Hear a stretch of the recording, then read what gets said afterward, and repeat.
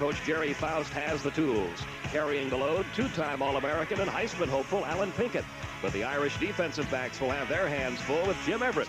He's back, the Big Ten total offense leader a year ago, destined to become one of the greatest Purdue quarterbacks of all time. Purdue and Notre Dame, the tradition continues. And it's all coming up next on Super Football Saturday.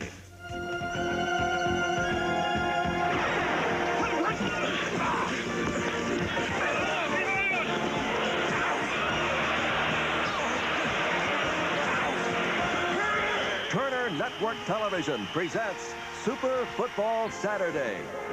Today's Big Ten Conference telecast features the Irish of Notre Dame against the Boilermakers of Purdue. Brought to you by Budweiser, the king of beers. Reach for that distinctively clean, crisp taste that says Budweiser. For all you do, this Bud's for you. And by Delco Electronics. You'll love our music systems too much to leave them.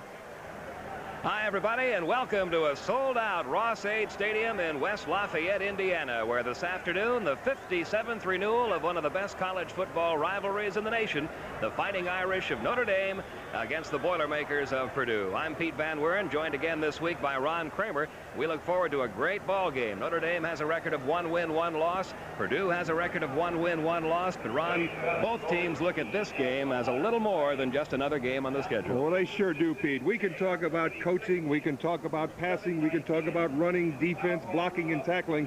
But this rivalry is so intense between Purdue and Notre Dame that emotion is going to play a big part in the game. And the outcome will be the one who is the highest emotionally.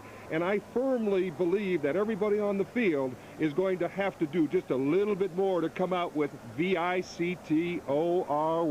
Let's take a look at some of the people we'll be focusing on this afternoon, beginning with Notre Dame and their fine quarterback, Steve Berline, a junior out of Fullerton, California. Well, they're looking for bigger and better things out of him. If he comes out with a good day today, they certainly will have a good chance to win this game. He had a great game last week, passing for over 200 yards, including 1 touchdown in Notre Dame's first win of the year against Michigan State. The running game keyed by Heisman hopeful Alan Pinkett. Boy, he can fly. He finds those holes, gets through them, got good balance and good speed, and look at the acceleration through the line. A key for Alan Pinkett may be the blocking in his backfield against the Purdue Boilermakers. Defensively, Notre Dame is a very, very large team. They have huge men up front, and backing up the line, veterans Mike Kovaleski, a junior at 6'2", 218 pounds, and Tony Perjanik, a leading tackler on the club, a senior, 6'2", 228 out of Chicago. The team they'll be trying to stop is led by a 5th-year senior quarterback who's number 3 in total offense right now in the country, Jim Everett. And he can do it all. He gets it up in the air, and he can throw it. It looks like today will be no exception. Probably around 50 passes. And there's his favorite receiver, Steve Griffin, senior from Miami, Florida, considered to be an All-American candidate. 64 catches last year and also returned punts. We'll see him this afternoon on receiving ends of Jim Everett passes. We'll see him running back punts. We'll see him running back kickoffs. He's a very versatile offensive player, a triple threat for the Purdue Boilermakers. Defensively, Brad Horner plugs up the middle of that line, senior from Slidell. Oh, he's got that good lateral movement up and down the line and controls the middle. And there's their All-American free safety candidate, Rod Woodson, a junior from Fort Wayne, Indiana. It should be a great battle between two teams who have met 56 times before, and the fans here anticipating a great contest. We'll be back to meet the teams right after this.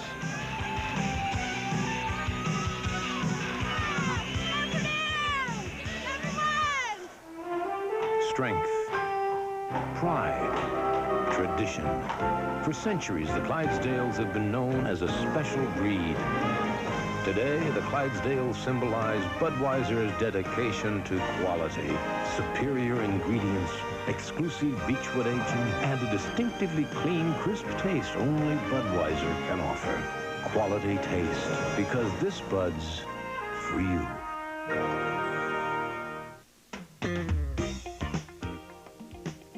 The lengths people go to listen to a Delco music system may strike you as a bit odd until you've heard it. Nothing else sounds quite like Delco because it's specifically designed to match the acoustics of your very own GM car while it's still on the drawing board.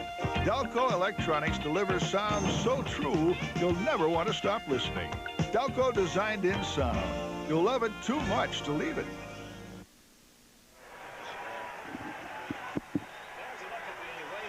stands, 34 wins for the Irish, 20 for the Boilermakers. There have been 2 ties. They've been meeting since 1896. Last year at the Hoosier Dome, Purdue was a 2-point winner. The last time these 2 teams played here, Notre Dame won and won big. So the Boilermakers, even though they won last year, still looking for a little revenge here. It was a thriller last year in that Hoosier Dome, opening up this big rivalry again this year, playing down here in Lafayette, Indiana. They have something different than most fields. It's called prescription turf. It's real turf. It's grass.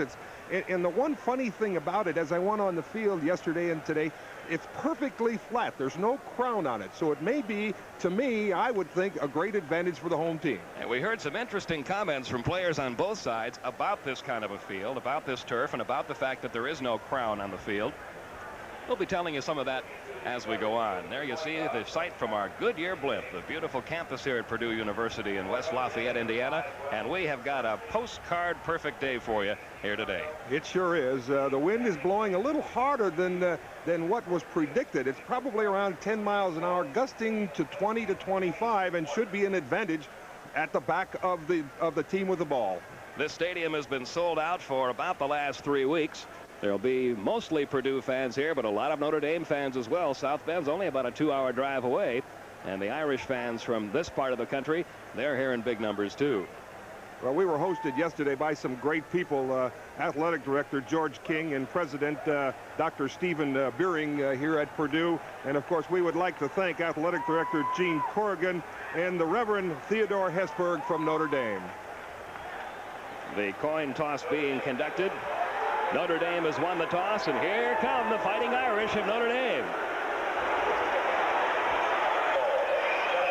This year, the Irish have won 1 and lost 1. And now get ready for some noise, because the Boilermakers from Purdue are about to break loose from the opposite corner. Here they come.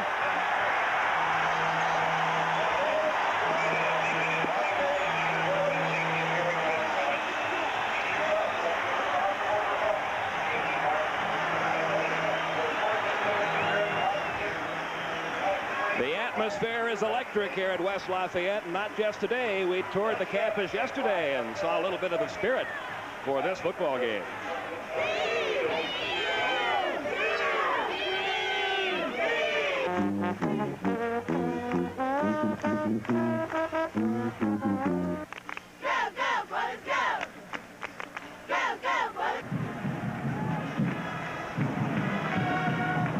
Boilers win 20-10.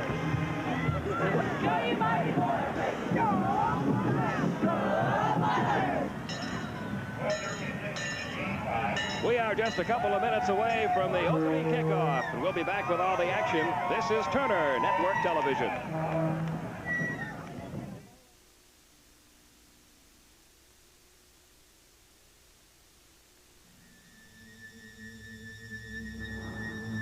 Introducing something new and rather amazing. A super high-octane gasoline with twice the detergent it had before to give you a plus. A detergent strong enough to actually clean dirty fuel injectors to give your car power and performance it didn't have before. New Mobil Super Unleaded, high-octane with a plus. There's something special on the horizon.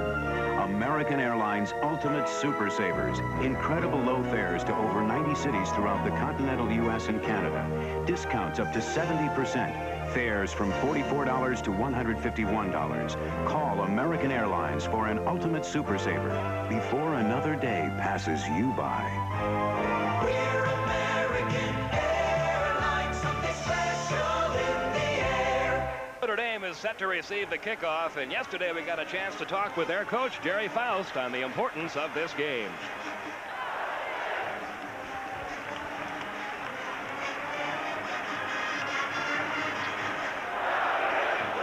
Okay, we've got some technical difficulties on that tape, so we'll try to show it to you a little later. Right now, it's time to begin this football game. Tim Brown, Alvin Miller, and Hiawatha Francisco are the deep men for the Irish. And you can feel it in the air, this great traditional rivalry. Jonathan Briggs about to kick it off for Purdue. I'm turned on. Well, I'll tell you, I'm ready to go. And so are 69,000 plus fans here at Ross-Ade Stadium as Jonathan Briggs approaches the ball, and we are underway. It's coming down to the end zone. Tim Brown dropping it in the end zone. It'll be a touchback.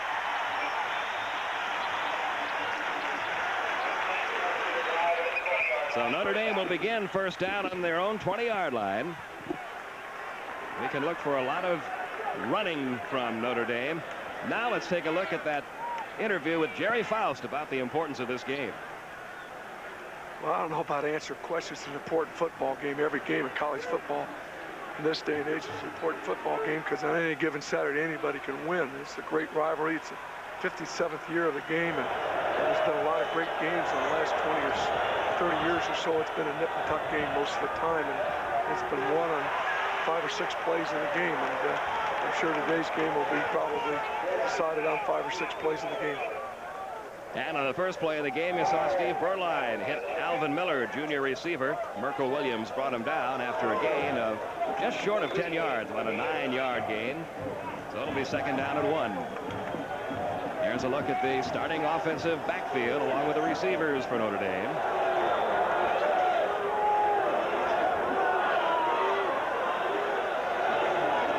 After a long count on second and 1, the fullback Stams has the first down. Merkel Williams again making the stop for Purdue. Frank Stams, a sophomore out of Cuyahoga Falls, Ohio.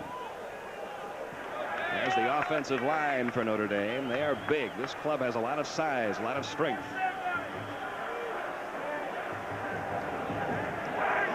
They average about 270 pounds up front. Steve Berline, junior quarterback from Fullerton, California. First down for the Irish. The pitch is to Alan Pinkett. Pinkett has some running room, gets up to the 38-yard line. Mike Weaver, number 9, making the stop for Purdue. He's the cornerback on the left side.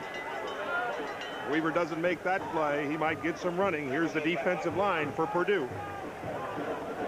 Not tremendously big in size, but a little bit of experience on this Purdue club, both offensively and defensively. They have a lot of seniors and a lot of returning starters. Second down, about 6 yards to go. Pinkett looking for running room again, finds little this time. He gained about 2, got to the 40-yard line. And they will unpile there. Tackles made by Fred Strickland, number 48, and Merkel Williams, number 42. When Pinkett carries that ball into the middle, you notice how that ball creates a crowd.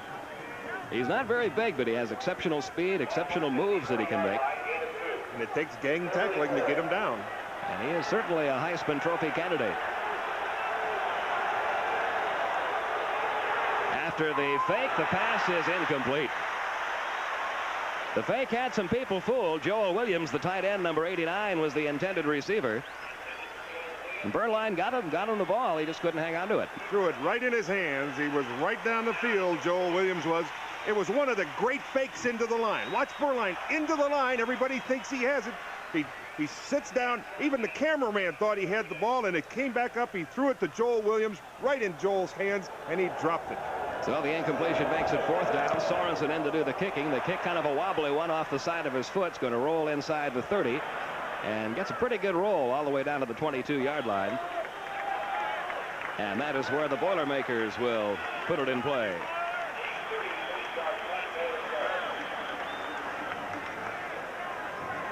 He had to kick it into that wind, as we mentioned, that wind blowing from right to left here at Ross-Ade Stadium. A factor. Quarterback Jim Everett, 5th-year senior out of Albuquerque, New Mexico. He could have elected not to stay in school. He could have gone to the professional ranks last year, but like so many players who are given that redshirt year now, you're seeing them come back for that 5th year and gain that 1 more year of college experience, and he is a good one.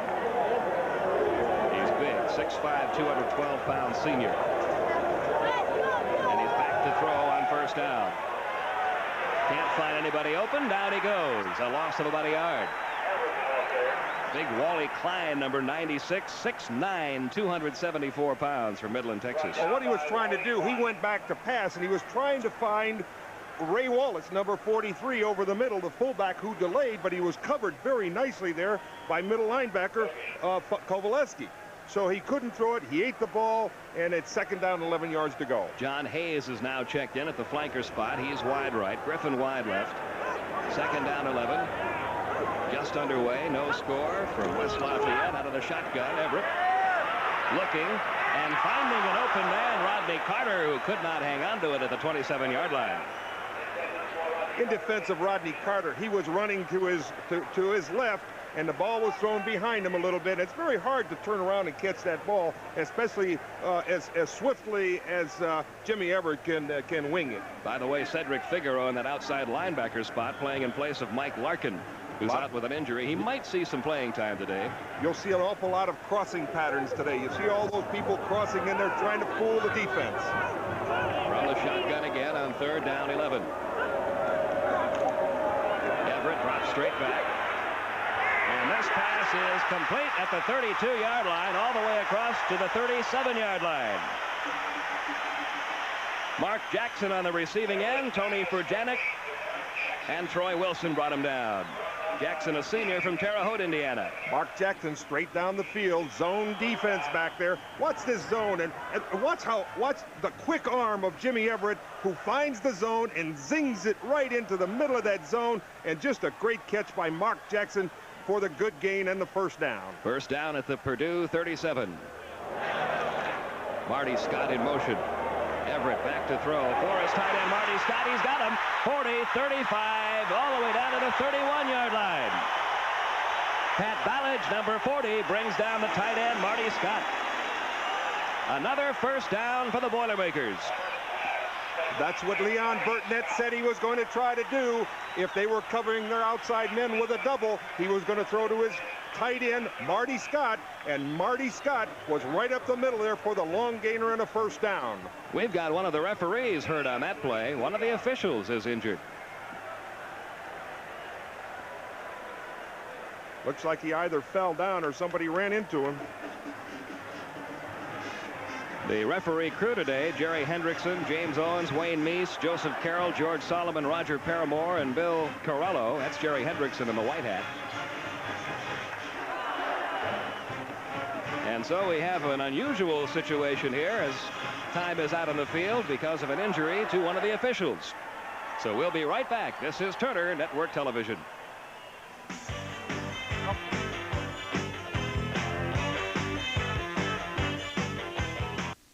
Once again, Ricky D. Thank you, thank you. Baby, it's such a gas. Loving a guy like me with such class. Excuse me. Eddie, what happened? It just broke. Hey, Big Shot. You better get that thing fixed or you're through. Eddie, what are we gonna do? Ricky, you got the record player at Highland, right? Piece of cake. They got their own service department.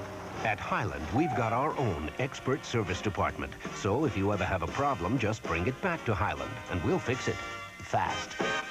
Lover, you're so impressed with my charm, good looks, and finesse. You love me, and I love me too. Hey! Thank you. Thank you. Safe drive home now, okay? The official that was injured is the umpire, James Owens. He appears to be okay. He's back out there in the field. With all those crossing patterns, someone probably ran into him. And Marty Scott, for 32 yards, really gets Purdue in great position on the 31-yard line. 5 defensive backs in there now for Notre Dame on first down at the Irish 32. Scott in motion again. Everett firing up the middle. What a catch at the 15-yard line. Steve Griffin, the All-American candidate from Miami, made a one-handed catch for another Purdue first down. He was finally brought down by Troy Wilson. Well, watch Griffin downfield, and Notre Dame was coming with the blitz. He picked up that blitz beautifully. Jimmy Everett threw it down to Steve Griffin, one-hander. I mean, that's the way you draw him up on the board, on the chalkboard. First down, Purdue. The Boilermakers moving the ball right down the field on their first possession.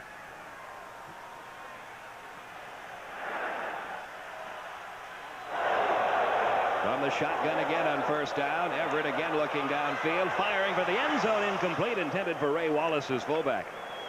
The Boilermakers throw a lot to their backs. Rodney Carter and Ray Wallace. Mike Kovaleski back in the coverage for Notre Dame. Well, you noted it. Mike Kovaleski really did do a good job on Marty Scott that time, and he had to cover a quicker man, but he was on him. So it'll be 2nd and 10 from the 15. Boilermakers doing a lot of substituting here, bringing players in and out of the game. Brad Schumacher in now at tight end. John Hayes goes wide right. Mark Jackson wide left.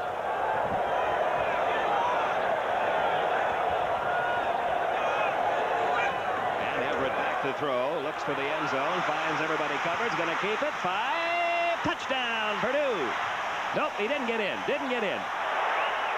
They're going to call it back to about the 1-inch line. I agree with the referee. He was right on it. He saw that Everett went down on about the, what you say, 1-inch line. Watch him find his hole up the middle, Jimmy Everett. Everybody's covered. He sees a good hole. All the defenders are out of the way, and he just flies at the goal line. It isn't like usual with the quarterbacks. He's a big guy, about 6'6", 220 pounds. So now it's 1st and goal from less than a yard. This is Carter. And he is in. Touchdown, Purdue.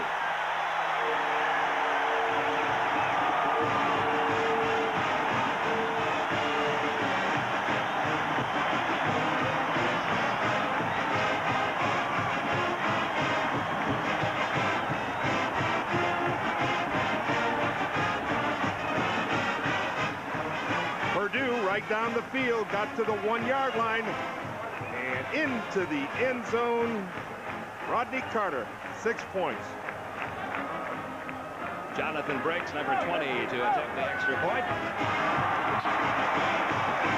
And the Boilermakers have a 7-0 lead here in West Lafayette. They sure did move the ball.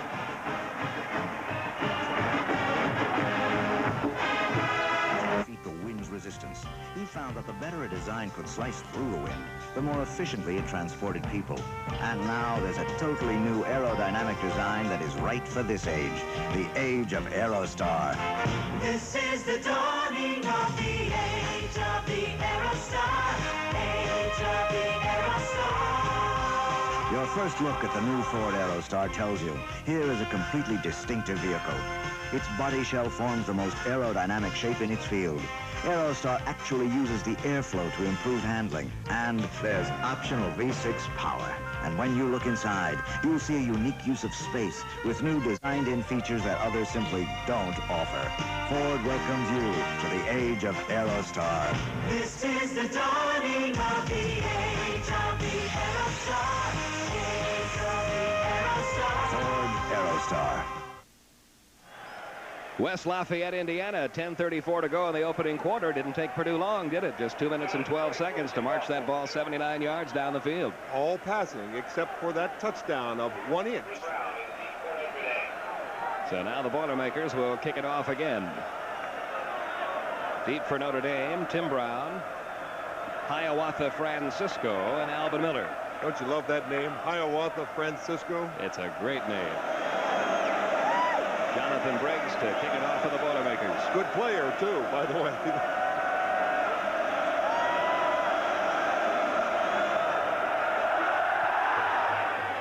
All the way to the end of the end zone, through the end zone, and it'll come out to the 20-yard line. I know Leon Burtnett happy about the first 2 kickoffs for Jonathan Briggs because last week against Ball State he hooked a couple of them out of bounds early. 2 or 3 of them, as a matter of fact. He's very concerned about his kicker and how far he can kick the ball. But of course he does have an advantage of that wind blowing at his back. We'll see how he can do when he starts kicking into the wind in the next quarter.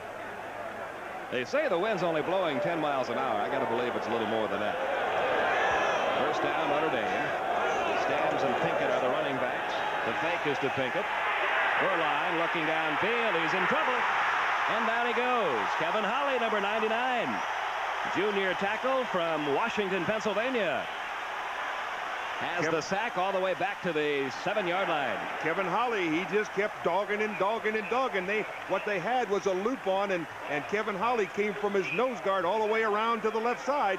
And Holly will be in the center. Now watch him come around to the left side. And he just kept on hustling and working, and that's the way you get those sacks. It is 2nd and 23. The ball all the way back to the 7. Pinkett looks for running room right side. Gets it out to the 10-yard line, maybe to the 11. No further. Gain of about 4 yards. Rod Woodson, Mike Weaver making the tackle. Some good gang tackling. 3 guys on Pinkett. That's the way you stop them. So now a big 3rd down play for the Irish. They're all big in a game like this on 3rd down, because if Purdue gets the ball back here and gets back in for a touchdown, it's going to be very difficult for Notre Dame to come back with the kind of offense they have. They need 19 yards for the 1st down. They have to get it out to the 30-yard line. They run the ball. Pinkett will get to the 14. That's it. Chris Dishman, number 19, making a stop for the Boilermakers, and Notre Dame will have to kick it away. Very conservative. Doesn't want to give anything away early in the football game. He's going to make Purdue earn it. At least he's going to kick the ball, and Purdue should come up with just great field position. Mark Jackson back awaiting the kick. Sorensen doing the kicking.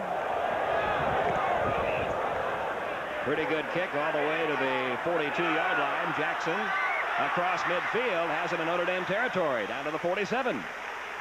So great field position for the Boilermakers as they start their 2nd drive.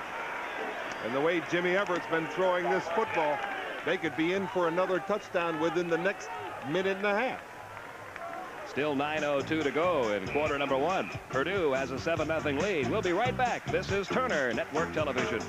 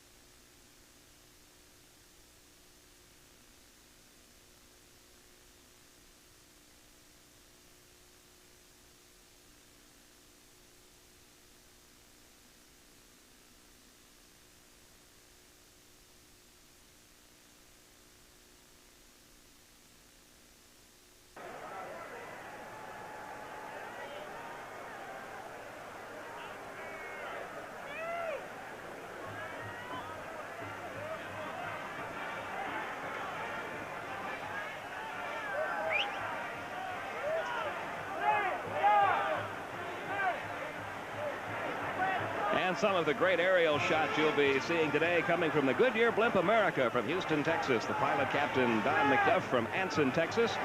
This is the 60th consecutive year the Goodyear Blimp has been appearing at the nation's top sporting events. And our own Ben Butin is the lucky guy that gets to ride up there and take the pictures for you. Now they're supposed to get us some great shots from up there so we can tell just exactly what the defenses are. And I'm sure they will. They're just floating around right up above us. One of the assignments for the Goodyear Blimp today is to fly over the golf course and see if they can find that shot you lost at number 7 yesterday. Well, you know something, you and I played yesterday out on this beautiful golf course they have here at Purdue. And the nice thing about it is we tied all day long. 1st down for the Boilermakers at the 47-yard line. They lead at 7-0. They came out firing the football as everybody knew they would with Jim Everett. Jackson wide left, Hayes wide right from the shotgun. That's Scott in motion. Everett back to throw on 1st down. Scott wide open at the 42. He'll be driven out of bounds there. Stopped by number 12, Troy Wilson. That's Scott, the tight end. He just got over there to the right side. He ran a slant out against the zone pattern, and with that great arm Jimmy Everett had, hit him on the sideline, and it's a 2nd down and 5. It's just sort of a possession pass, and if everybody runs their pattern like John Hayes did, cleared out the side, and it was a 5-yard gain for Marty Scott. Everett now 4 out of 6 for 69 yards. We're only in the opening half of the first quarter. Carter gets inside the 40 to the 38-yard line. Number 49, Mike Kovaleski, making the stop for Notre Dame on Rodney Carter, senior running back out of Elizabeth, New Jersey. Well, out of that shotgun, they have to hand the ball off every once in a while to keep that defense honest. They did that time for a pretty decent game to Rodney Carter on the left side, and it's going to be 3rd down and 1. Shy of the first down by just 1 yard. Schumacher checks in again at the tight end spot. Rodney Carter is coming out. Double tight end. In the run situation, James Medlock is now the tailback behind the fullback Ray Wallace. And that's Medlock over the top. No, fake and wide open the other end. Oh, he dropped the ball. Mark Jackson had nobody downfield. A great fake by Medlock going over the top. Had everybody fooled. Everybody was fooled. It was unbelievable. Leon Burknett with his towel. I thought he was going to die on the sideline. There was nobody within 10 yards of Mark Jackson. A factor on this play may just look at this great. Look at the fullback going, tailback going up there. James Medlock completely open. Oh, in the hands and on the ground. I tell you what, he feels worse than we do. That collective noise you hear now is a collective groan from the Boilermaker fans. They're going for it again. 4th down and 1.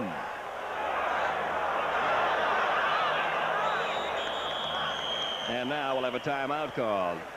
Or do we have a penalty flag down? We have a penalty flag down, I think. Well, that was too long. What they did, Jimmy Everett came up to the line of scrimmage, tried to draw Notre Dame off so he would be in a better punting situation. That way he can kick the ball 44 yards rather than 38 yards. Ernie Schrummeyer is the punter. He's a freshman from Quebec City. Mark Jackson, where's he sitting down here? I don't think anybody's around him. Nobody wants to be around him on the sideline. They have a fake punt in. It is 4th down and 6. Troy Wilson is the man awaiting the kick from Schrummeyer. And there is the kick. High inside the 10-yard line. It'll be recovered inside the 10-yard line by Wilson. But again, Notre Dame has their backs to the wall as they begin this possession. In defense of Mark Jackson, when that ball is thrown down there, the sun does shine in your eyes.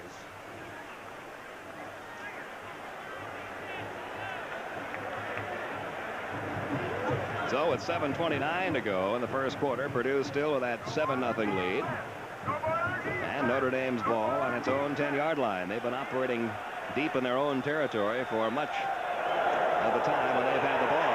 And they're not going to get anything there as Pinkett slipped. Fred Strickland was right there anyway, but Alan Pinkett lost his footing.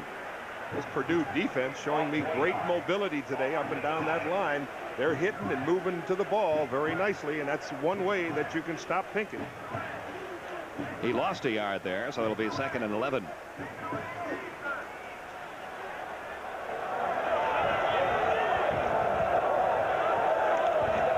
Pinkett again looking for running room left side. Finds a little, gets out to about the 16-yard line before Tony Visco, number 49, brings him down.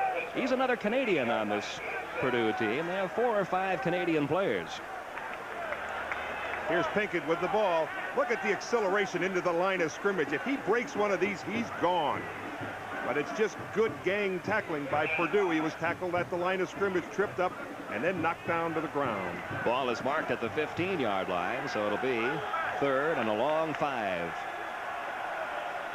Burline dropping straight back. His pass is incomplete, intended for Alan Pinkett. Over on the coverage, Mike Weaver, the left side cornerback out of Pasadena, California. And the Irish will have to kick it away again. Not a very good pass.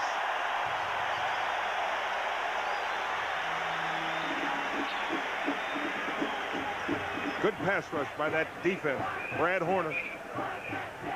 Mark Jackson back awaiting the kick from Dan Sorensen.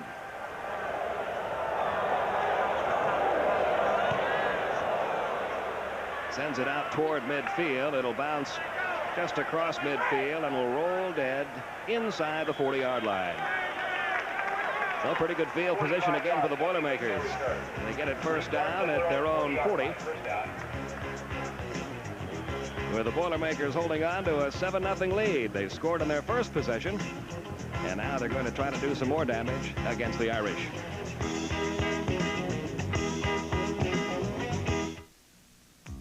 City feet, country feet, fleet feet, neat feet.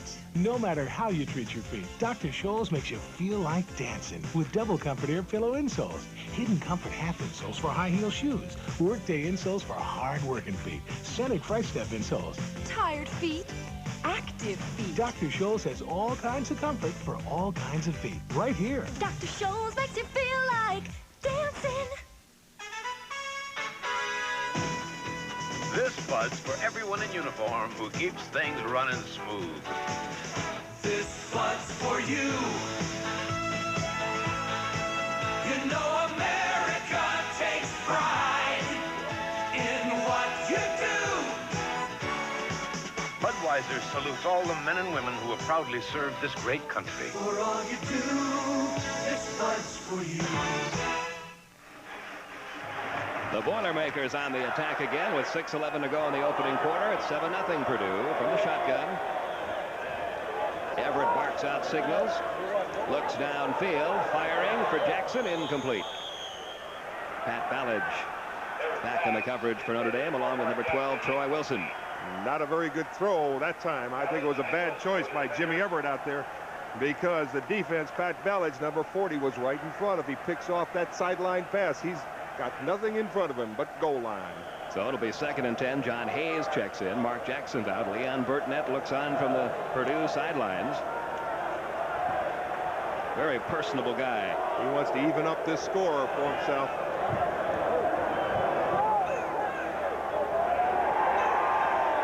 The tight end, Marty Scott, in motion. Everett back looking. His pass incomplete through the hands of Rodney Carter. He was wide open, too. Well, I'm going to tell you something. I'm not on the field, but I'll guarantee you one thing. I think that ball was catchable. You know, it's hard to tell from up here this high, but that ball seemed to go right straight through the hands. And Everett is just throwing the ball perfectly to everybody. And people are open all day long against this Notre Dame defense. He's 4 out of 9 now for 69 yards. Watch his play. Look at how wide open. Wide open. There it is. Just dropped right straight through the hands. You know, those quarterbacks don't have it so easy either. He got hit after the pass. So now 3rd and 10 from their own 40. Grab one of those. This time it's complete to Carter, but boy, does he get hit. He's shy of the first down by 3 yards. Number 48, Cedric Figueroa, is in there playing for the injured Mike Larkin at one of the outside linebacker spots. Really nailed him. One thing quarterbacks and flankers and ends have to understand, they have to get on a 3rd down and 10. They have to get the 10 yards for the first down, because if you complete it, doesn't make any difference anyway. You still have to kick. Troy Wilson back awaiting the kick from Ernie Schrummeyer.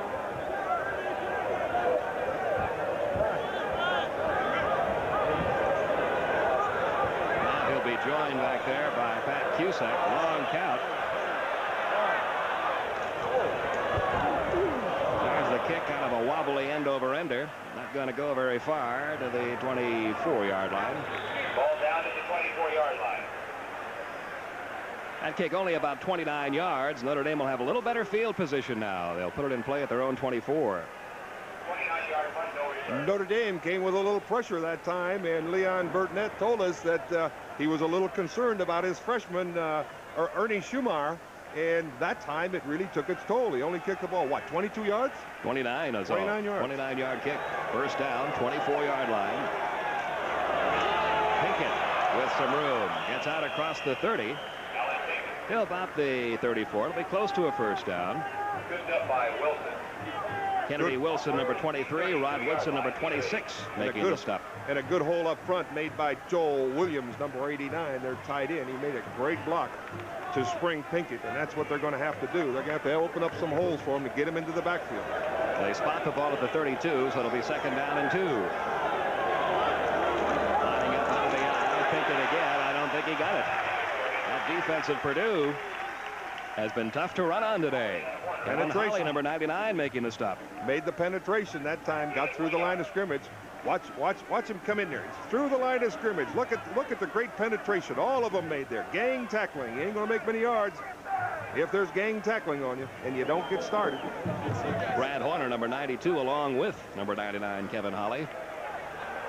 Applying that hit to Pinkett. No gain. 3rd down, 2. 2 tight ends in there now for the Irish. They pitch it to Pinkett again. Pinkett looking for the first down. Looks like he may have gotten it. Out to the 35-yard line, Fred Strickland, Merkel Williams making the stop for Purdue. That's good movement by those linebackers. They really whipped up there and made a good stop. The only thing is, Pinkett got enough for the first down. Notre Dame moving it a little bit. Watch these linemen move. Look at the rolls off. Look at the linebackers moving up into that position. Good tackling. Just enough for the first down inside the 35-yard line. A little over 4 minutes to go in the opening quarter. Purdue holding on to that 7-0 lead. Notre Dame trying to get their offense in gear. Pinkett again. And again, not much running room. Right at the line of scrimmage, down he goes. Tony Visco and Merkel Williams in on the stop. The play was really made, though, by Kevin Holly. He took all the interference out from in front of him. And, of course, Alan Pinkett had to run around him. And it was very easy for those 2 guys out there to make that tackle. Gain of about a half yard. We'll call it 2nd and 9.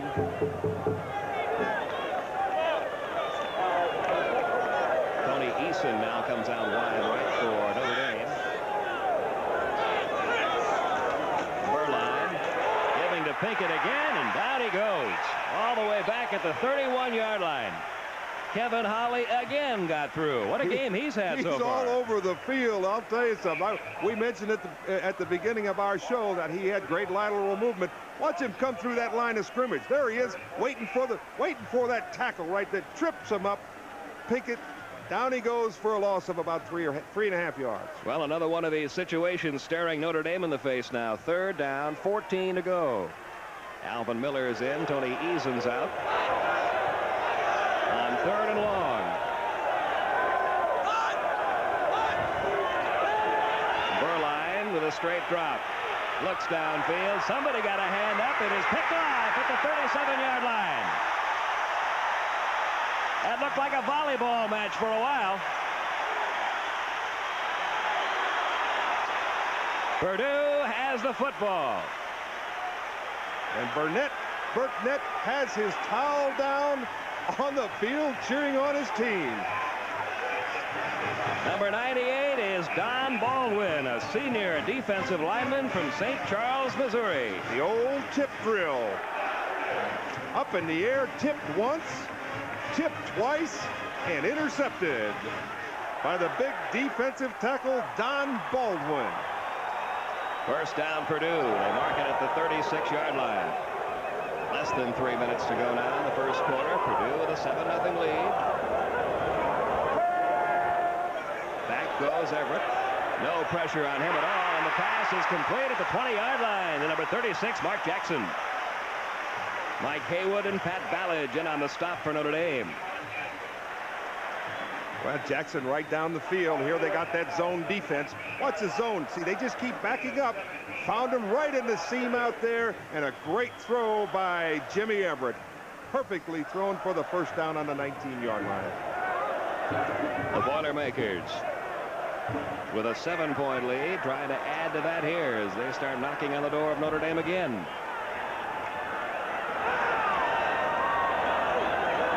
Wallace and Carter, the running backs, lined up behind Jim Everett. Looking downfield, firing toward the end zone. It is incomplete. And boy, was there some heavy hitting down there. Rodney Carter is not up yet. He may be hurt. He was really popped. And they had the nickel in. I'll tell you what, and Mike Haywood was the blitzer coming in from the right side, and he's the guy who really put a nail on Jimmy Everett. Watch his ball bounce up in the air off the helmet of one of the defenders. Got it almost through the goalpost.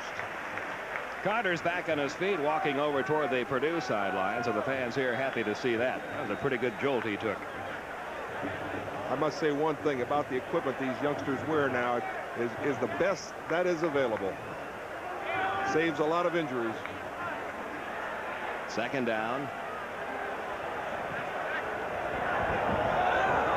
18-yard line. Medlock is in there in place of Carter. Everett looks for the end zone, and this one's incomplete. Troy Wilson back in the coverage. Matt Jackson, the intended receiver for the Boilermakers, and that'll be a third down. Everett sailed it. Mark Jackson couldn't make the catch. Everett now 6 out of 12 for 93 yards. Mark Jackson went down the field 10 or 15 yards, tried a little turn in. It just didn't work. Notre Dame has changed some of their interior linemen. Jeff Coons, Mike Kiernan, Matt Dingens all in there, replacing Greg Dingens, Eric Dorsey, and Wally Klein. 3rd and 10 on the shotgun. Marty Scott in motion. Everett got a penalty marker down. The pass is complete to Rodney Carter, who's back in there. He's close to the first down, may have it. We do have a penalty flag down there. Tony Furjanic making the stop for Notre Dame along with Cedric Figueroa. With all that movement, it looks like it probably will be against Purdue. And that will be the call, a procedure call against the Boilermakers.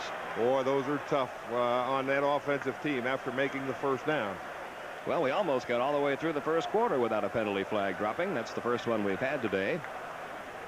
Good hard football with a great rivalry between Notre Dame and Purdue.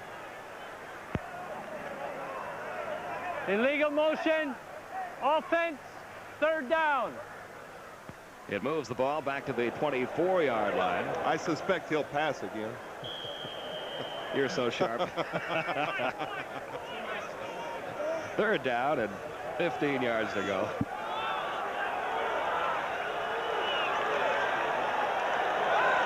Griffin goes wide right.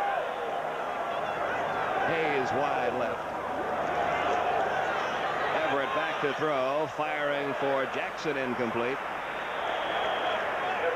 Troy Wilson back in the coverage for Notre Dame. Give the defense some good credit on that one, because Wilson did a great job out there on John Hayes. Nobody was open. He just threw the ball away.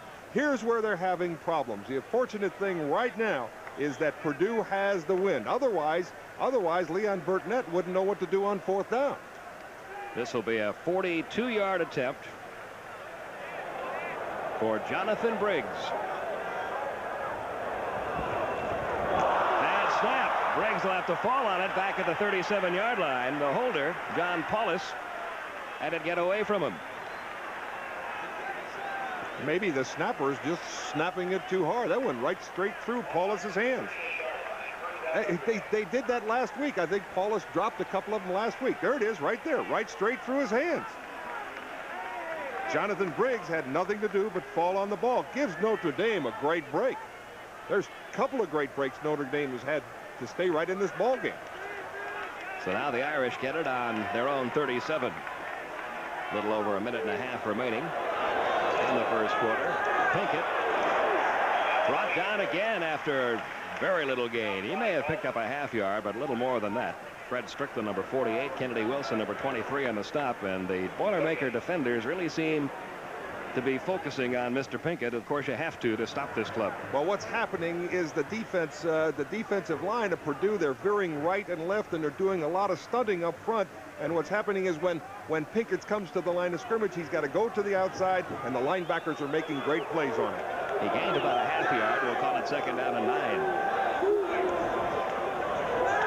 Erline back to throw. Firing long downfield, incomplete. The intended receiver, Tim Brown, sophomore flanker from Dallas, Texas. All he had to do is play catch with him. He was wide open. I think there was I think that there was a little bit of a defensive mistake. Here's Horner. He's pushing and shoving, trying to get good offensive play. Look at that. You think those guys ain't having fun down there in the trenches? It'll be 3rd down and 9. Coach Jerry Faust.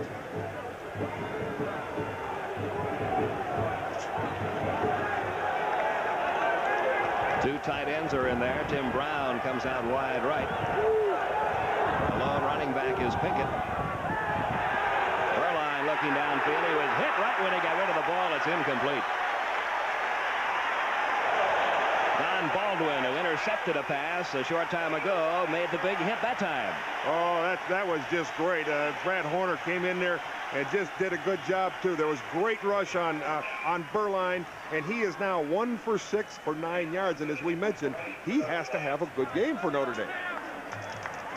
That is Rod Woodson back deep along with number 36, Mark Jackson. Dan Sorensen in for the kick.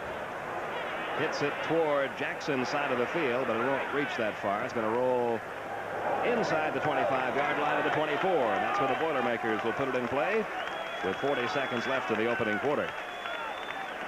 Purdue got on the scoreboard, marching down the field in their first possession. Rodney Carter took it over from 1 yard out.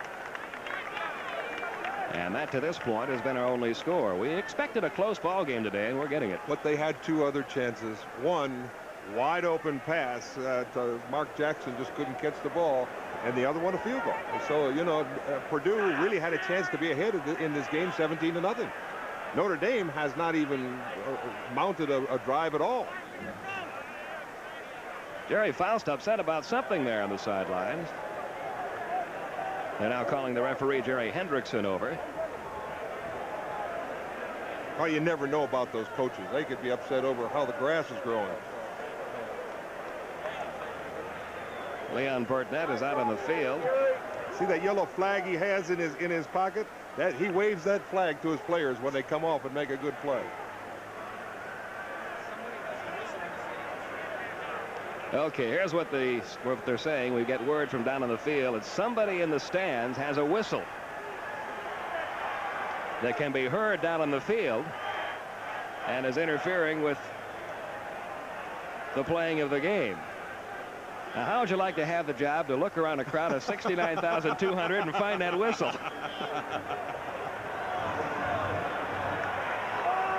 Okay, we're ready to resume. Everett 6 of 14 today. First down for the Boilermakers. Everett gives to his fullback, Ray Wallace. And Wallace got out to about the 28-yard line. Tony Furjanic and Greg Dingens making the stop for Notre Dame after a gain of about 3 yards. It'll be 2nd down 7. Good play by Furjanic. He just got rid of Brett Brunell, number 66 of Purdue, and moved right in there for that tackle. John Hayes checks back in with the play, replacing Mark Jackson. They must establish a little bit of a running game in order for that passing game to go. I don't think they'll get the playoff before the quarter ends. Only 4 seconds to go. And they're going to let the time run out in quarter number 1 and move it down to the other side of the field. So we have completed 1 quarter of play here in West Lafayette, Indiana, and we've got a good one. Purdue 7, Notre Dame nothing. We'll be right back. This is Turner Network Television.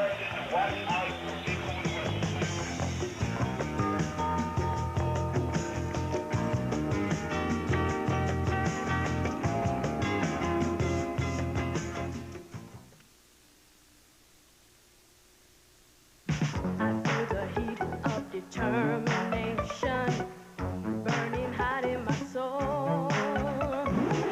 Life is a monster I'm gonna conquer because I'm brave and I'm bold. I can fly through the sky like an eagle with my wings of steel. I can shine like the stars in the universe, and someday I will. I've got the power to specialize in here. I'll meet the challenge. I'll learn to master a specialized career. Specialize at the Vocational Technical Center. To specialize in here.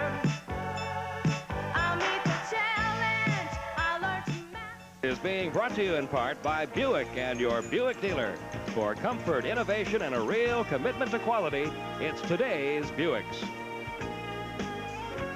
Pete Van Weer and Ron Kramer back with you from West Lafayette, Indiana, where the Purdue Boilermakers have a 7-0 lead over Notre Dame. It was all Purdue in the first quarter, and yet Notre Dame still hangs in. Purdue leading 7-0. The ball on the 27-yard line of the Boilermakers. It's 2nd down. 7 yards to go for the first down. Everett from the shotgun has some time back back there. Finally gets rid of it and completes it at the 35-yard line to his tight end, Marty Scott.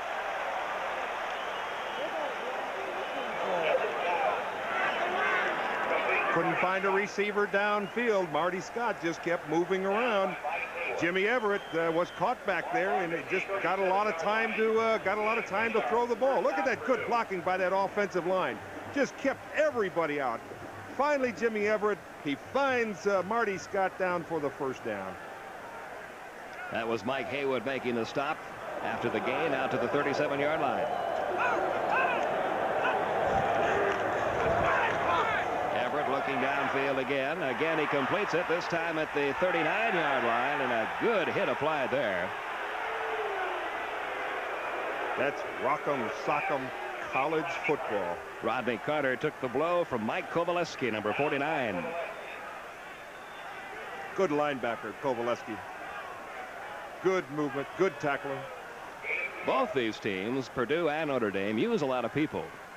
They have a lot of experienced players, but they're not afraid to give some of the younger players a chance in there. And you're going to see a lot of different people in there, especially on defense. Purdue shows me some good quickness.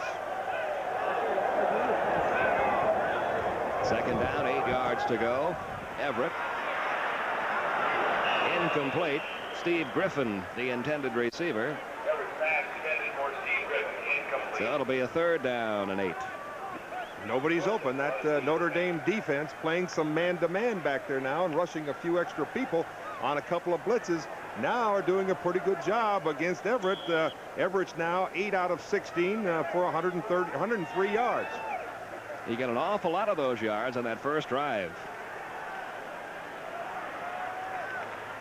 Third down, 8 yards to go.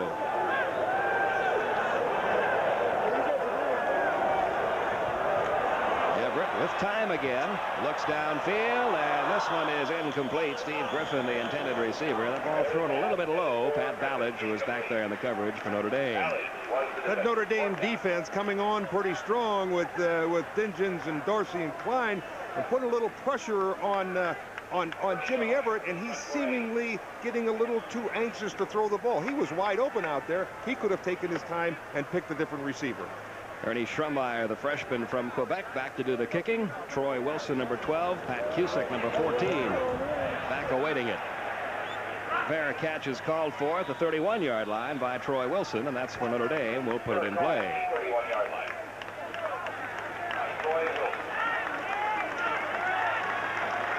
Seven 0 Boilermakers. Well, we'll see what Notre Dame can do with this win now. I'm sure that it's a tremendous factor on the field. See if they throw the ball more with the wind at their back than they did going the other way. Everything comes a little easier with the wind at your back. Even your running game. Pinkett, no gain. Dropped for a loss of a yard. Howard, you got Anthony Rose in the backfield making those tackles. They have had some great play up front from their defense today.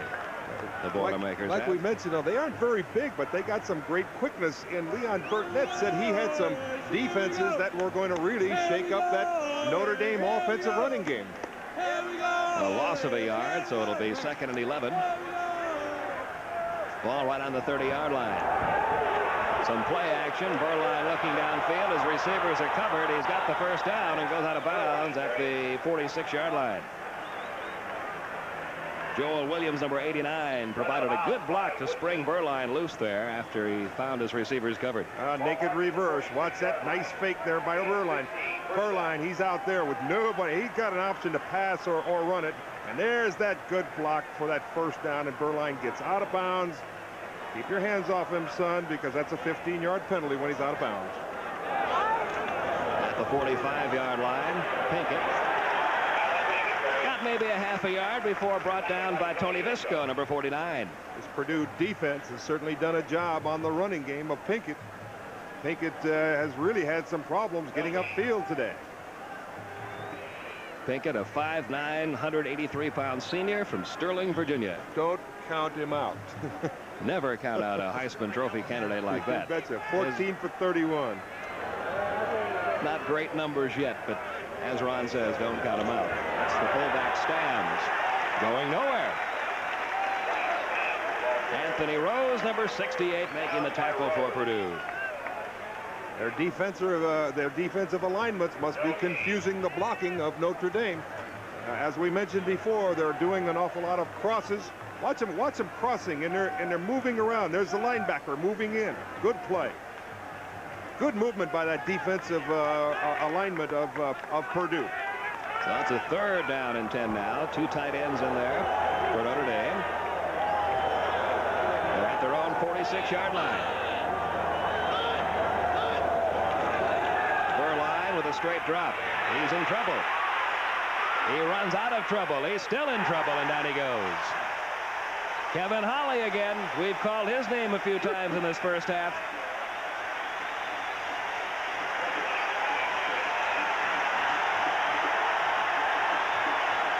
He does it all. He keeps great speed. He caught up with Burline. Dan Sorensen into the kicking again for Notre Dame.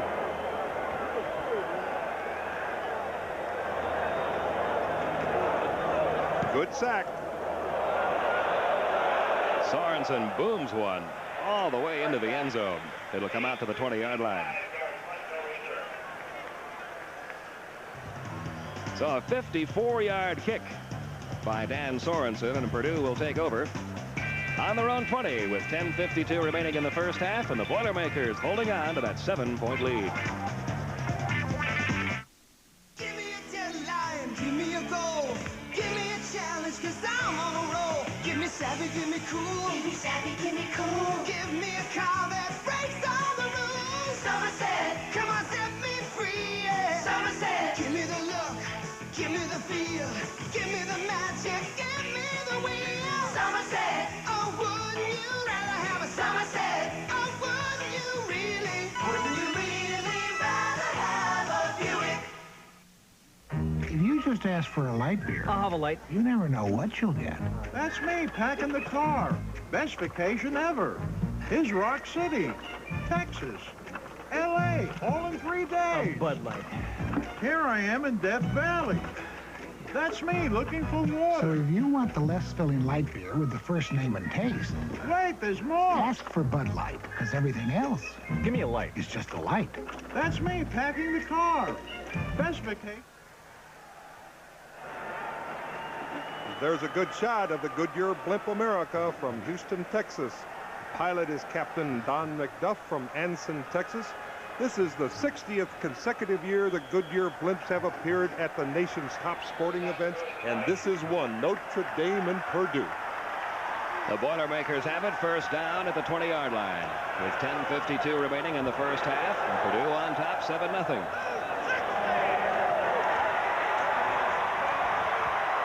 Everett firing for Griffin, and he's got him at the 28-yard line.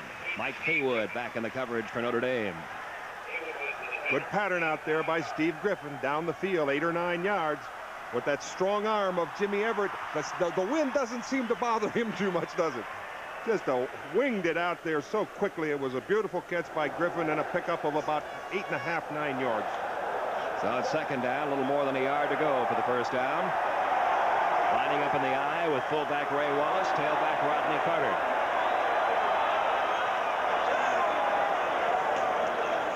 That's the fullback Wallace. He's got the first down and all the way out to the 37-yard line before Steve Lawrence, the free safety, brought him down for the Irish. Some good blocking up front there by Rick Skabinski and Brett Brunell. Mike Connors. Another Purdue first down. Just shy of the 37.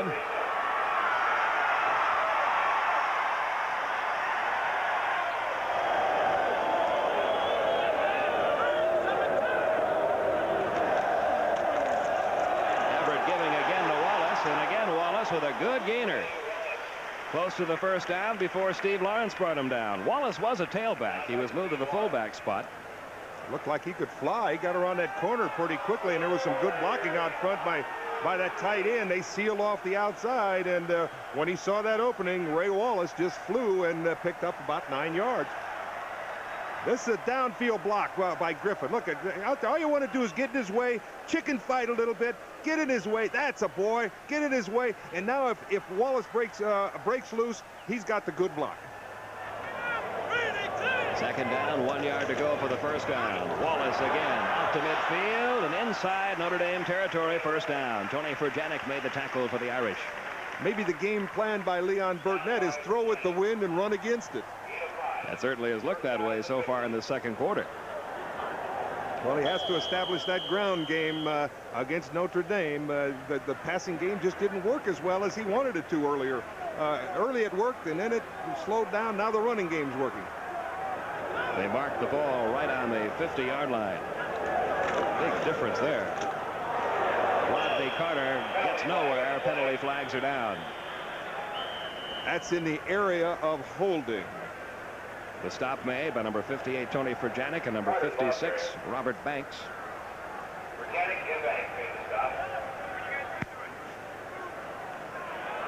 And that's what we've got, a holding call against Purdue. 57 times these two schools have gotten together to play a game of football. Yeah, 34 wins by Notre Dame, 20 by Purdue, 2 were tied. 1898 they started this thing, before even you were born. Quite a bit before. Now we're trying to look at a holding penalty here. I don't know where it is. It's hard to find those things in the middle of those piles. Somebody probably held early, and the umpire caught it early. That moves the ball back to the 40-yard line, where it'll be first and 20.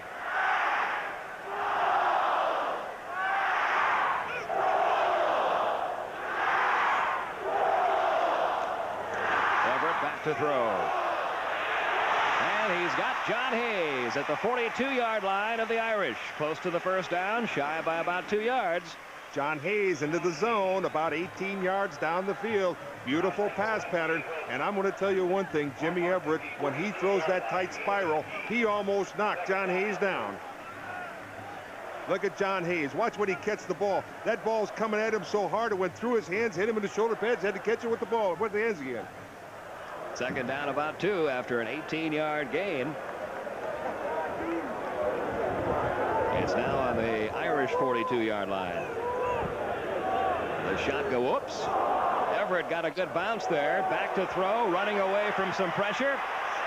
He's going to hang on to it himself and run out of bounds. And bowls over some people over there on the Purdue sideline. I don't know if he got the first down or not. I think he may have. Well, what a recovery by Everett. He got a little bit of a lucky bounce there. He sure did. Mike Haywood over on the stop for Notre Dame. Rick Skabinski looks like he hit himself with the ball because he was trying to get out of there too quickly. But Jim Everett, with that great strength, got out around. There's a good block by number 61, Vince Panfill. And he got down there for the first down. That was Jimmy Everett with a great extemporaneous move. The ball is just inside the 39-yard line of Notre Dame. Good athletes can make those kinds of moves, and Jimmy Everett's one of them. Football is not the only sport he excels in. He's a great basketball player. He's nearly a scratch golfer. Rodney Carter got to about the 36-yard line, gaining a little more than 2. Matt Dingens, number 97, one of the 2 Dingens brothers on this Notre Dame defense, making the stop. Looked like that play was going to pick up a little more yardage because the left side of that Purdue line really came off the line and really pushed the Notre Dame defenders back. Once again, Mark Jackson checks in. John Hayes goes to the sideline. They've been shuttling in and out of there with plays from Coach Leon Burtnett.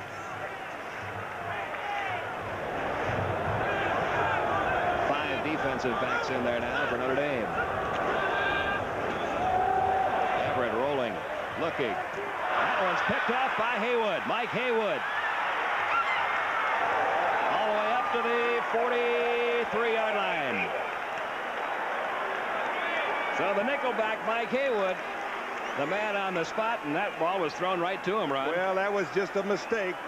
It was either by Jimmy Everett or number 84, Marty Scott. Marty Scott was supposed to be coming across the line of scrimmage. I could see that Jimmy Everett was looking for him to come, and watch him look out here. He makes a great fake. He comes out here to his left, and we're looking right now for Marty Scott. Marty Scott seemed to turn up the field rather than keep coming. Great interception by Mike Haywood. Notre Dame in good field position. A break for Notre Dame. And a break against Purdue right now as they've got an injured player, Brett Brunell, their strong guard. Senior from Austin, Texas. He's being helped off the field.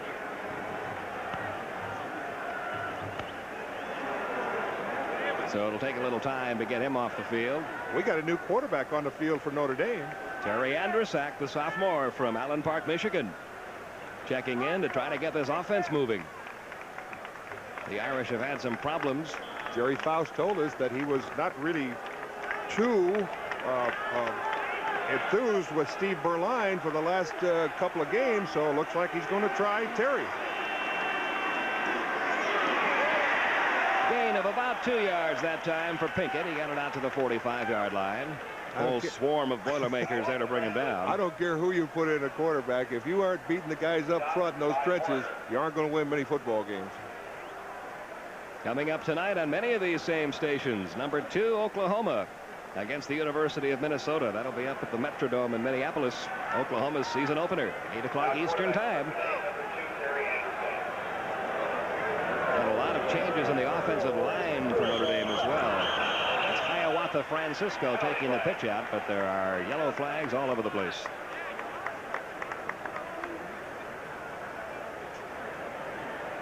Let's give you some of the changes. Tony Eason in there now at the split end. Pete Rokic at the quick tackle. Tom Freeman at the quick guard. Chuck Lanza is the center. John Askin is the strong guard. Brian Spruill the strong tackle. Mark Green in at flanker.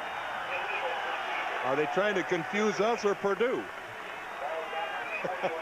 They're trying to score some points. You betcha. Terry Andrusak, the quarterback. Tom Monahan is now the fullback. Second down, about 12 yards to go for the first down. Andrusak back to throw, looks downfield, fires, it is caught. Great reception there by number 44, Tony Eason, the sophomore from Snohomish, Washington. And the Irish have a first down in Purdue territory. Watch the defender here, Rod Woodson. Woodson is really in great shape to knock this ball down. But this was just a great throw and a great catch. What's the catch?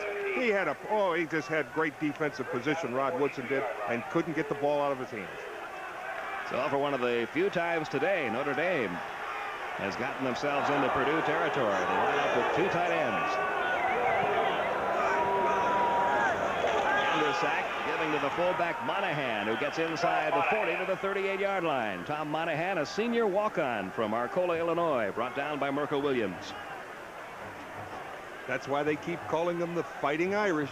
They really are coming back. They're really moving the ball against Purdue with this second team. They're all fresh. They came in. They're ready to play. And playing with emotion they are.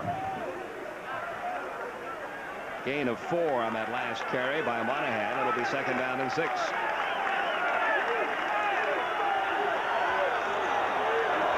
Terry Andrusak barks out the signals. And we've got whistles. Too much time. Steve Berline looking on from the sidelines. Got to be thinking about a few things. I'm sure he's not too happy with himself, but I'm sure he understands what's got to be done, and winning is the only thing. 5 minutes, 23 seconds remain.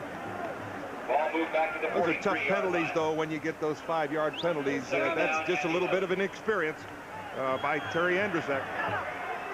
Delay of game will move it back to the 43-yard line. Second down, 11. Andrusak gonna keep it. Gets himself to about the 38-yard line before he goes out of bounds. Kennedy Wilson on the stop for Purdue. Good defensive play by Derek Wimberly, too. He kept him inside, and Could have been a larger gain than that, but he stayed at home on that naked reverse around to the right. Now Hiawatha Francisco is checked in at the tailback spot. Francisco, one of 5 players on this team from Moeller High School in Cincinnati, which is where Jerry Faust coached for so long before coming to Notre Dame. 3rd down and 7.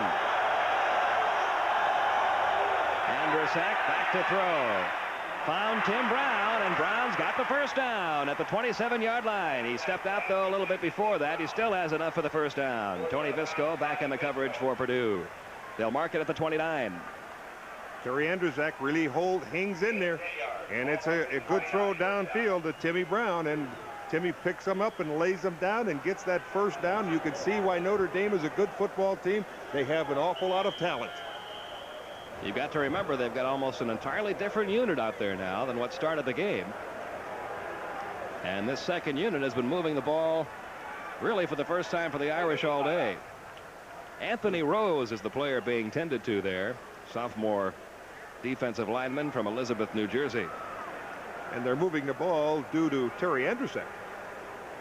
So Terry Andrusak's got the Irish on the move. Purdue, though, still leads at 7-0. We'll be right back. This is Turner Network Television.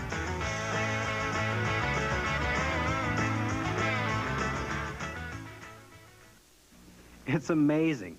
Northwest Orient can fly you to London for just $200. First, fly just one trip with Northwest Orient for $300 or more. Then with this coupon, well, look at these fares to the Sun, to Frankfurt or London, to Hong Kong. For all the details, check Monday's newspaper or see your travel agent. I'd tell you more, but I'm kind of busy. People who know value go Northwest Orient. Watching an adventure movie on a VCR? Terrific. But you're only hearing half the fun until you hear Zenith's Hi-Fi Stereo VCR. With stereo sound so real, it's like being there. You can even tune in and record stereo TV broadcasts. Zenith's VHS Hi-Fi Stereo VCR. Look out! Quicksand, old boy. One of the smart VCRs. Zenith, smarter than ever. Indiana, the Goodyear blimp showing you some beautiful pictures from high above Ross-Ade Stadium. And the Irish are on the move. Hiawatha Francisco all the way to the 21-yard line before Rod Woodson brought him down. Francisco was a defensive back until last week. And he showed some great desire by moving through the line of scrimmage. There is a flag on the play. Against Notre Dame again. So this will take care of that gain. Both teams now seemingly tightening up. Purdue wasn't tight at first, but they seem to be now. But this game sort of slowed down a little bit. The emotions seem to slow down, and I think that's why Coach Jerry Faust put in that new alignment. Another player injured down there. Merkel Williams, linebacker, who's had a pretty good first half. We'll have to wait and see if he'll be back. It is 1st and 15. Andrusak rolling right's going to keep it. He gained about 5. Got back to the original line of scrimmage. Derek Wimberly, number 89, making the stop for Purdue. Wimberly almost got caught out there on the left side on that naked reverse by Terry Andrusak, but he recovered very nicely and tackled him for about a 4.5-yard gain. So it'll be 2nd and 11. The ball just inside the Purdue 30. Well, we know they're within range of a field goal. John Carney with great range, one of the top kickers in the country. Alan Pinkett back in there at the tailback spot. Gained about 3 to the 27. A swarm of black jerseys bringing him down. Stopped by Woodson and Porter. They're doing a great job against Pinkett's running today. Pinkett's not having one of those stellar days, but he just keeps struggling in there, and sooner or later he's going to break one open.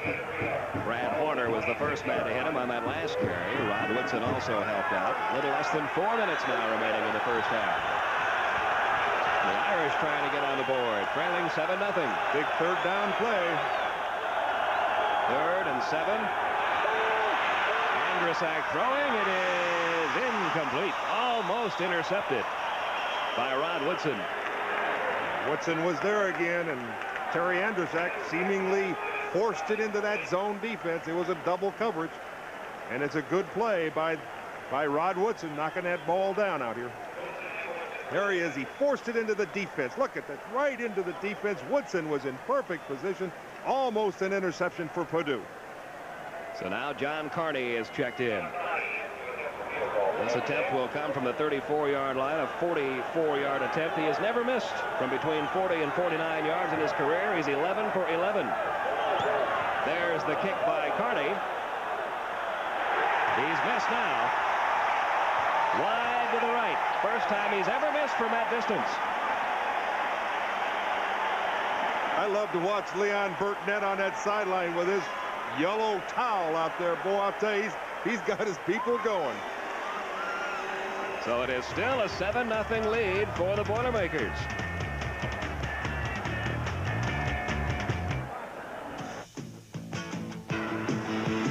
Would you come on, take a ride, yeah? On your way, driving with some pride, yeah. Buick Century. It's one of the rewards you get for playing the game and winning. Show some style coming down the road, yeah. Putting you feeling so at home, yeah. Buick Century. Rewarding to drive. Now available with 7.7% financing. Wouldn't you really rather have a Buick?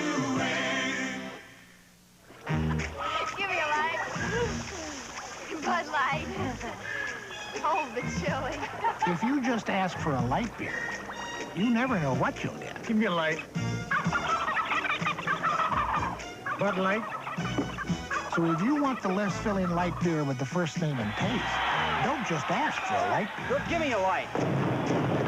No, Bud Light. Bud Light. Because everything else is just a light.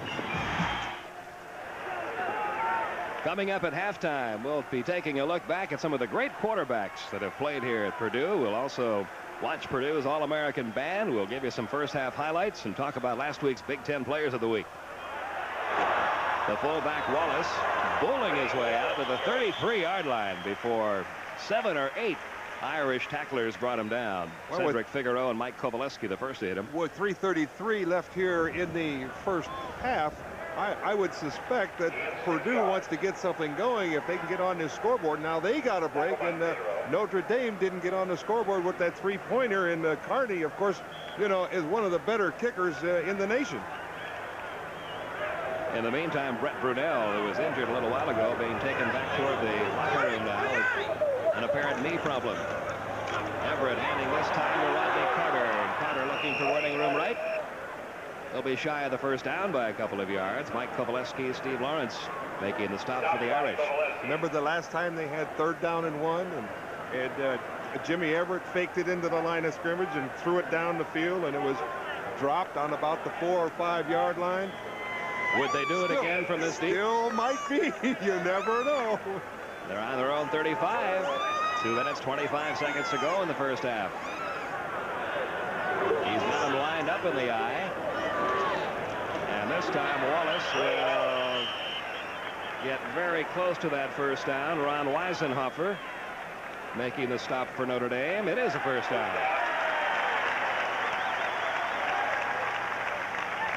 Purdue would like to get some more points on this scoreboard before the half. They've had great field position this whole first half and only put 7 points on the scoreboard.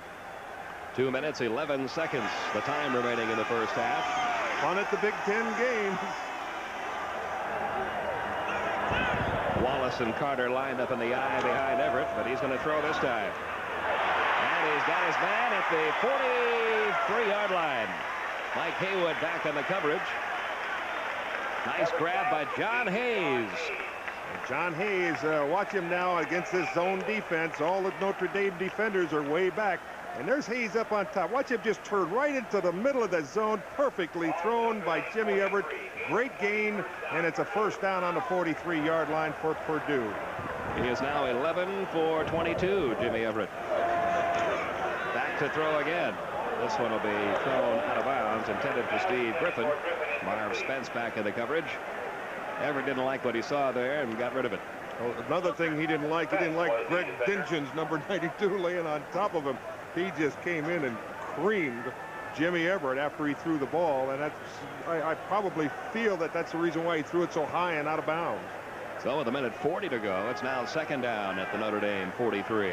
Second and 10. 5 defensive backs in now for the Irish.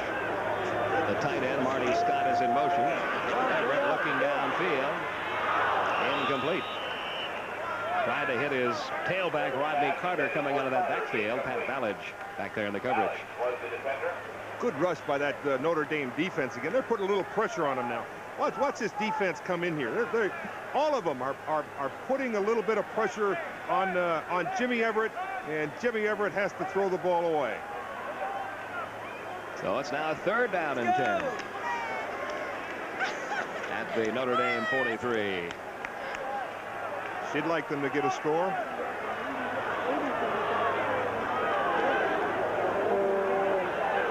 Griffin in motion. Throws it out to Carter. Carter is going to get about 2 yards, and that's all, down to the 41-yard line. Marv Spence, Pat Ballage making the stop for the Irish.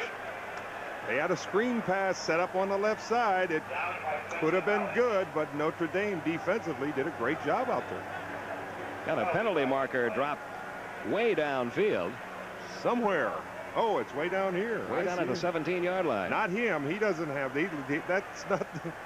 Might have been an ineligible receiver. Well, we'll see what we have here. It looks like it's going to be against Notre Dame. Against the Irish. Wow. Oh, what a break this is. It's a big one, and Jerry Faust is fuming on the sidelines. It comes all the way down to the 27-yard line. Was it too many players on the field? I think that's what it is. Sometimes I don't get all those signs. He put his hands on top of his head.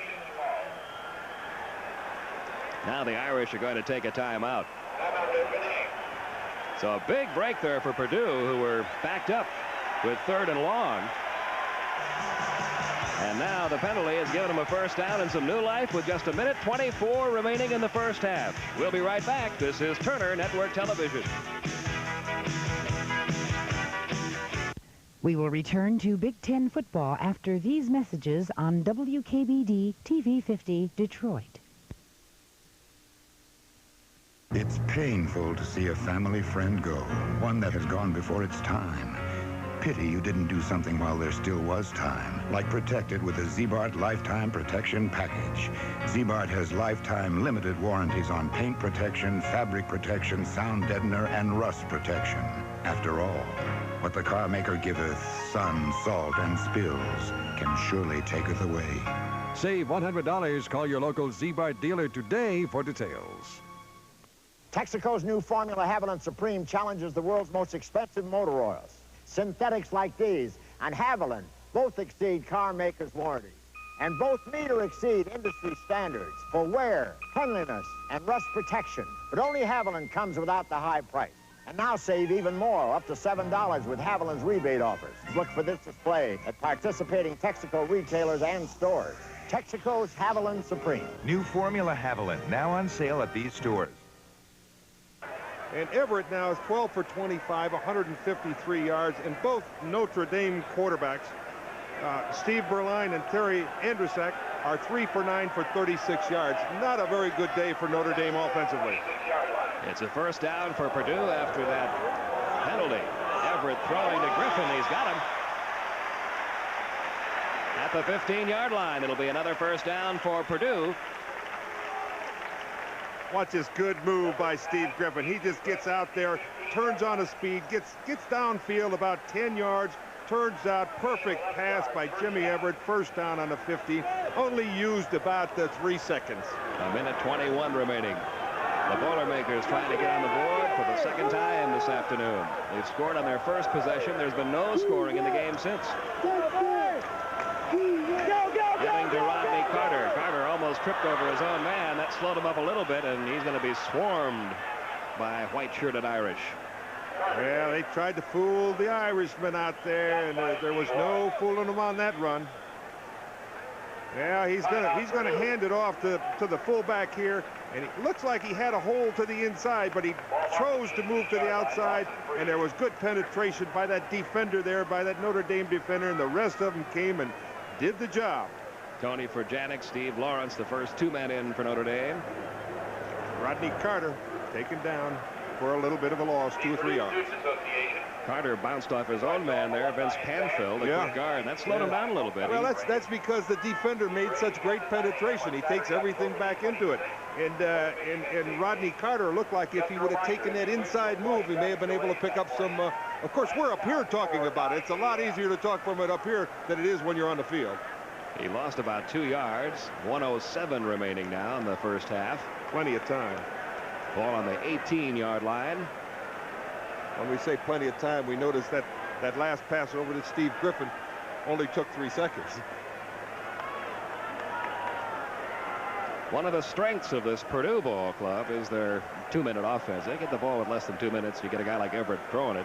Well, there's a question, too, now, if they don't get this first down, whether Briggs can kick it from this far into the wind. Second down, about 13 to go for the first down. And wind still blowing very briskly right in the face of the Boilermakers.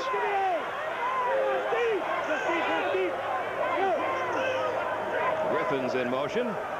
Everett's back to throw. He's got his man Carter at the 15. Very little gain on the play as he is driven out of bounds by Pat Ballage. Boy, now that's good defense. Did you see Pat Ballage wrap his arms around and just tear his man down to the ground for a very short gain? The gain is only about 3 yards. So I like to watch that kind of defense, don't you, when they're really popping out there. I can feel it up here. There have been some popping down there all day. That's You've seen there is. Vicious hits down there on both sides. A good call, though, by Purdue. It looked like that Rodney Carter would have been open for a long gainer. There's a big play for the Boilermakers now and for the Irish. Third down and 9. Hayes is in motion. Everett firing for the end zone. Touchdown! Ray Wallace, the fullback, had just enough room in that corner. Oh.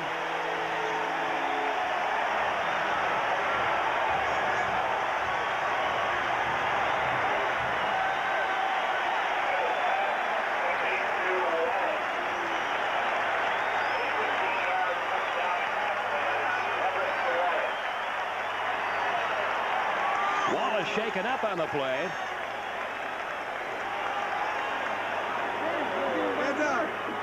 That's a shame. I hate to see that. Well, what happened was he caught the ball right in the corner of the end zone, and he kept on going. He ran right into the fence, which is only about, maybe 5 or 6 yards from the end of the end zone. Certainly don't want this young man hurt. He's really had a great day today against Notre Dame. Watch Ray Wallace. Watch him swing out of that backfield from here. And Notre Dame's got a blitz on. He just beats the linebacker out there, and he's wide open and perfectly thrown by Jimmy Everett. And watch him now run into the fence. There's that chair, the fence. I mean, there it is. Boom. It's probably easier playing on the field than it is when you catch the ball out of the end zone here at Ross-Ade Stadium. He's going to head straight for the locker room. He'll be okay. He'll be back. After a 15-yard touchdown pass from Jim Everett, makes it 13-0 Purdue. Jonathan Briggs in to attempt the point after. 57 seconds remaining in the first half. And what a big play that 15-yarder was.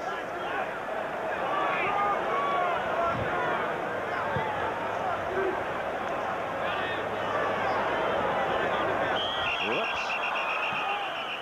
Markers down all over the place.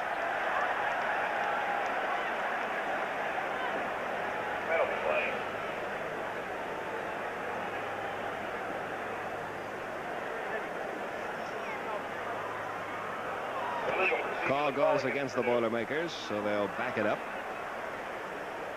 5 yards. We don't know what the first half stats are, but I would imagine that Purdue has totally overwhelmed Notre Dame in the first half. There's the crew of officials working here this afternoon. Doing a great job. Not too many penalties today. Have not been too many.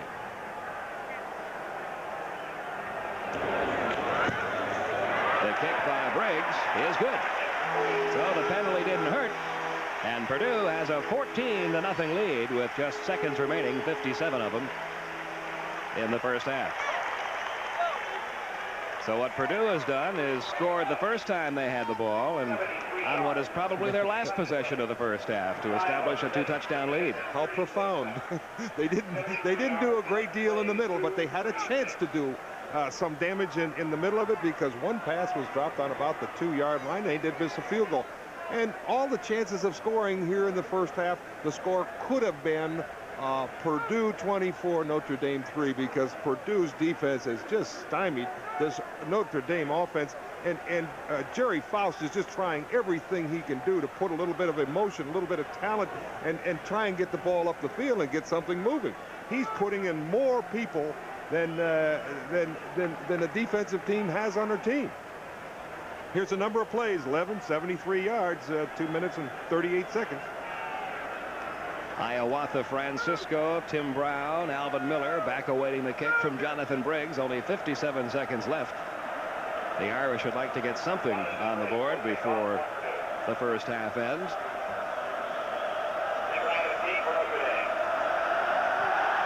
Briggs just hits it along the ground. It's picked up by Miller at the 18. Miller gets to the 35. He gets it out to the 41-yard line. Not a bad return.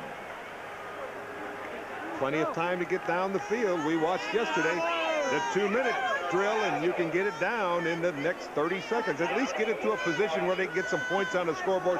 It certainly would help Notre Dame to get at least 3 points. Remember, they have John Carney, one of the best in the country, even though Carney missed from 44 yards out earlier. He don't do it very often. Berline back in at quarterback now. Back to throw, firing, and it is complete at the 42-yard line. Alan Pinkett. A first down for the Irish. Rod Woodson back in the coverage for Purdue. Shoestring catch by Pinkett. Pretty decent throw by Steve Berline. They got it almost in position already. Clock moving, 42 seconds remaining. Berline throwing downfield, almost picked off. That will not be a catch. He caught it out of bounds. So that stops the clock with 37 seconds. They put Berline back in to see if he can get this thing going, get it down the field. He is probably a little more experienced at operating with a little time remaining than Andrzak. Absolutely. Even though Andrzak moved the club a little better when he was in there. Berline back to throw. It is complete to Pinkett. Boy, did he get hit at the 37-yard line. Kennedy Wilson, number 23, really put the helmet to Mr. Pinkett. Is that good popping? Pinkett never saw him coming. 19 seconds remaining. Berline back to throw on third down. His receivers are covered. He's still looking. He'll run it out of bounds at the 32. That'll stop the clock with 9 seconds left. And a first down. But it will be a first down. Now, if you're Jerry Faust, what do you do? Oh, you have to kick the ball. I would say that you got to take a shot at it with the wind anyway. Well, we'll see if they're going to. It doesn't look like they are. Well, maybe he's going to try one more pass and then try to do it. I would not take that chance when you got a good kicker like Jonathan Briggs. I mean, like John Kerry. Check that. 9 seconds left. Berline drops straight back, looking downfield, firing for the end zone. It is incomplete. Mike Weaver, number 9, back there, almost picked that one off in the end zone. And now we will get the field goal unit on with just 2 seconds remaining. And Weaver is hurt down there. He's the guy that broke it up and almost intercepted. Here's that Hail Mary pass. Berline downfield. Almost intercepted.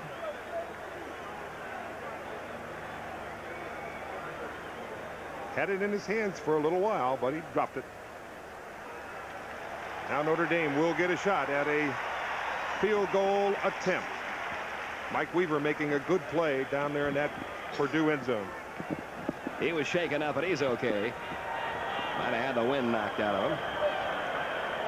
Now timeout's going to be taken by Purdue, And that'll give Mr. Carney a little more time to think about what he's about to try. Everybody does that, don't they? They sure do. I wonder who did that first. You know something? I think it was done first in basketball when somebody was up in the last couple of seconds and they call a timeout in front of. Probably football picked it up from basketball. Because I can remember basketball doing it first. Leon Burtnett. He's a great cheerleader, ain't he? And there's the man, John Carney, who missed earlier from 44 yards. This ball will be spotted at about the 38-yard line, so it'll be a 48-yard attempt. Remember, Carney had never missed in this range prior to that last attempt from 44. You see, Purdue has 2 more timeouts. You know, Purdue should call another timeout on. I would. Carney. Now all of a sudden he's ready. Call another timeout. From 48 yards. Trying to get the Irish on the board.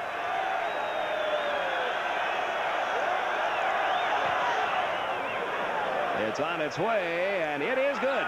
So John Carney gives a big lift to the Irish in the final play of this first half, connecting on a 48-yard field goal. And the teams go to the locker rooms with our score: Purdue 14, Notre Dame 3.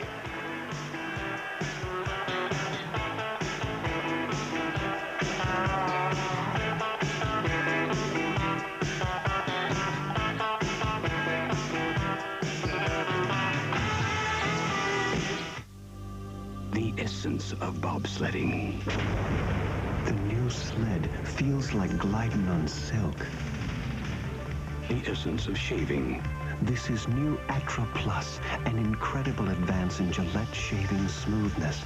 The Plus is the unique lubricating strip that glides the razor effortlessly. You never felt anything smoother. New Atra Plus by Gillette.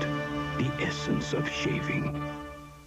Working together, making life better, taking the keys and we're on our way. Skylark. It never stops, there's always something to do. Morning to night, each and every day. Skylark. One of these days we gotta take a vacation, but until then we got places to be. Skylark. The new Buick Skylark, a little sedan and a lot of Buick. Skylark, Skylark, Skylark. Wouldn't you really rather have a Buick? Who says you can't have it all? Who says you can't work overtime and take the time to enjoy it all? Who says you can't have super premium taste and a less filling beer? Michelob Light. Oh, yes, you can. Michelob Light. Oh, yes, you can. Michelob Light. Oh, yes, you can. Have it all. She challenged the state of Tennessee and put criminal justice on trial. They warned her. They are going to get you. Threatened her. They tried to silence her. That's how badly they wanted her out. You are a troublemaker. That's how hard she fought back. Sissy Spacek, Marie, the explosive true story. Rated PG-13. Starts Friday, October 11th at theaters everywhere.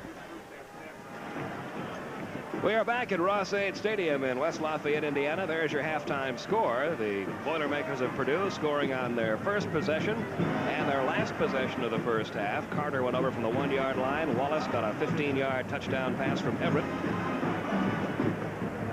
The extra points made it 14-0. And then in the final play of the first half, John Carney connected from 48 yards out to get Notre Dame on the scoreboard. But later on at halftime, when we look at the statistics from the first half, the numbers are going to be overwhelmingly in the favor of the Boilermakers. And speaking of the Boilermakers, we've been talking a lot today about their fine quarterback, Jim Everett. But talking about Purdue quarterbacks has been going on at this campus and around the country for many, many years. And yesterday, Ron Kramer visited with Assistant Athletic Director Bob DeMoss about the great quarterback tree they have here at Purdue University. Network Television, Bob DeMoss. Welcome, Bob. Good to be here, Ron. Welcome to Purdue University. Oh, thank you. You know, I was looking at some of your statistics, and you began here in 1945 as a freshman quarterback, and there have been a lot of them ever since.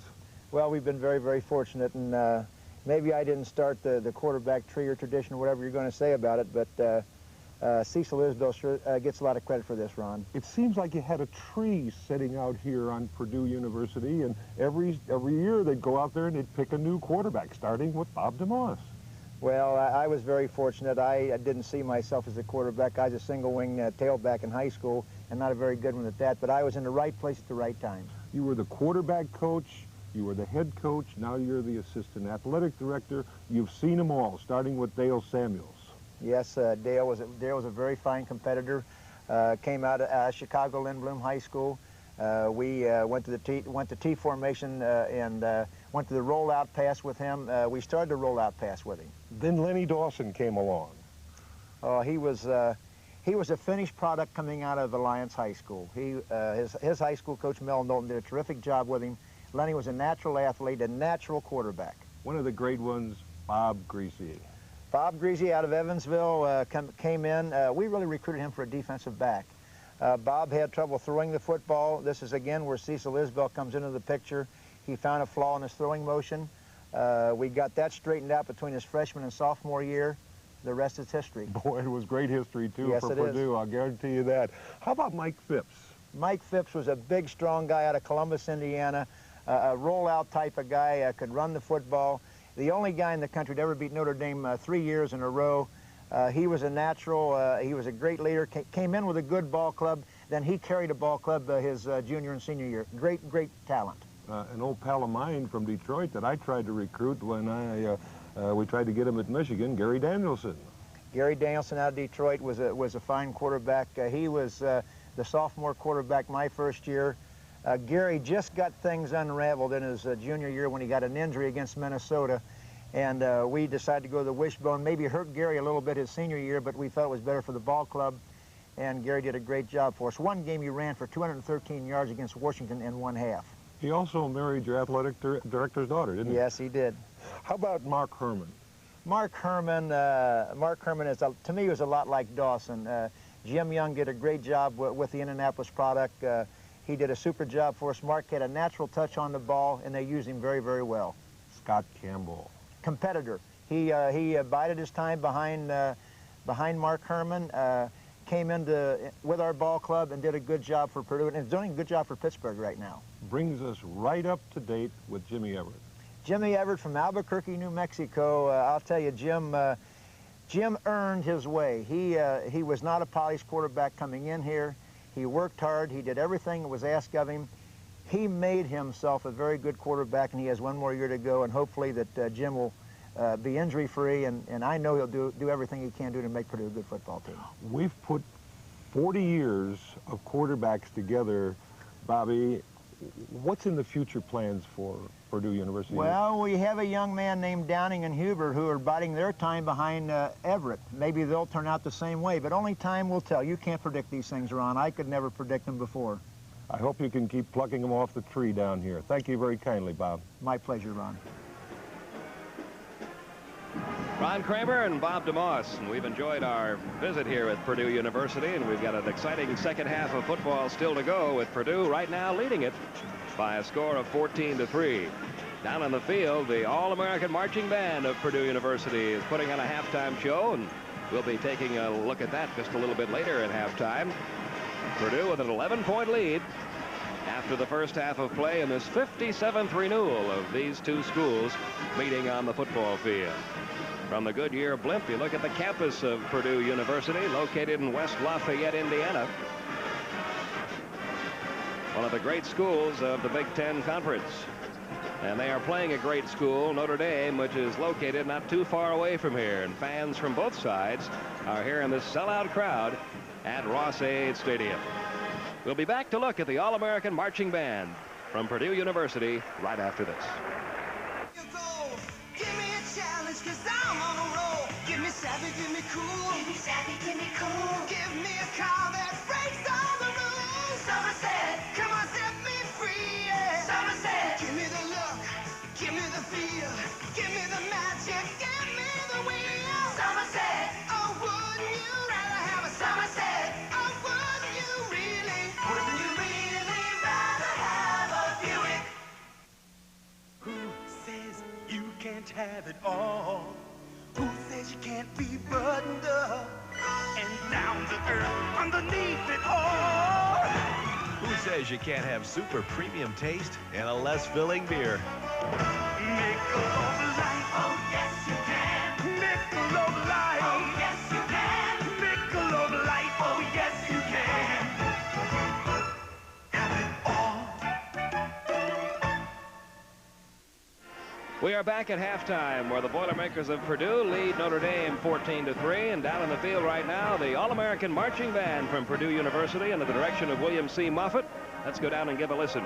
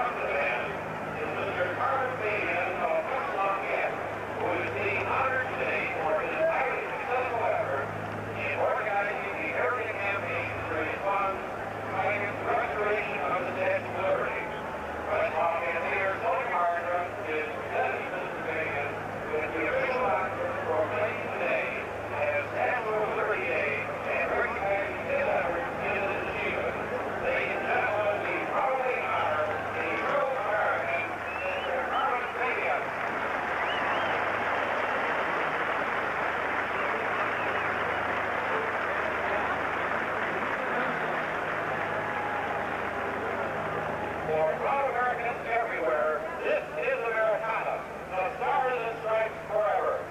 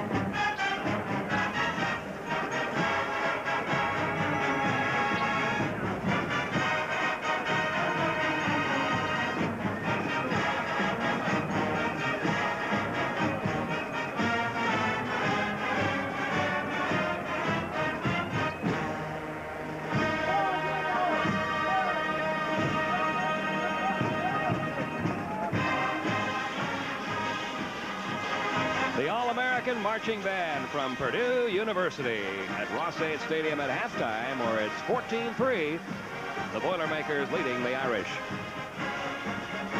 Take another look now at the Big Ten Conference.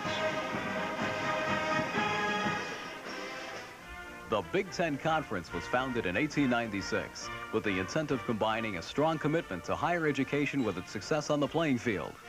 Over the years, the Big Ten has earned a reputation for its leadership role in the field of technology, world-class research, specialized healthcare, and international studies. This high standard of academic excellence has been matched on the gridiron, where conference football teams annually lead the nation in attendance. Big Ten teams have also become a popular attraction for postseason games, with a record 6 teams playing in bowl games a year ago. Big Ten basketball has also been among the best in the nation, with an all-time high of 6 teams invited to the NCAA tournament last year. In addition, women's basketball has gained great national prominence in recent years. But it's the 400,000 students on Big Ten campuses today who are turning ideas into reality, where tomorrow's leaders are preparing to meet today's challenges. And we are on the campus of one of those Big Ten schools, Purdue University. It's halftime. It's Purdue 14, Notre Dame 3. We'll be right back. This is Turner Network Television. We will return to Big Ten football after these messages on WKBD TV 50 Detroit. This Sunday, September 29th from 9 a.m. till 3 p.m., Great Lakes Gun, Knife, and Military Collectors Association is putting on the largest gun, knife, and military show and sale in Canada. See the largest selection of Canadian gun, knife, and military collections from across the country. 160 tables of military items of all kinds. Rifles, shotguns, hunting gear, fishing and archery equipment, badges and medals. That's this Sunday at the Kinsman Auditorium, just 45 minutes from the Detroit-Windsor Tunnel on the 401 in Chatham, Ontario. Sunday at 1, Robert Blake and Elliot Gould are vice cops battling crime in Los Angeles in busting. I got a right to make a phone call. Got a right to breathe.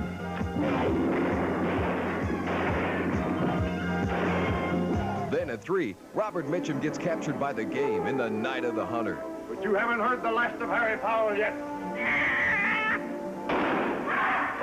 Busting at 1, the Night of the Hunter at 3, Sunday on TV 50.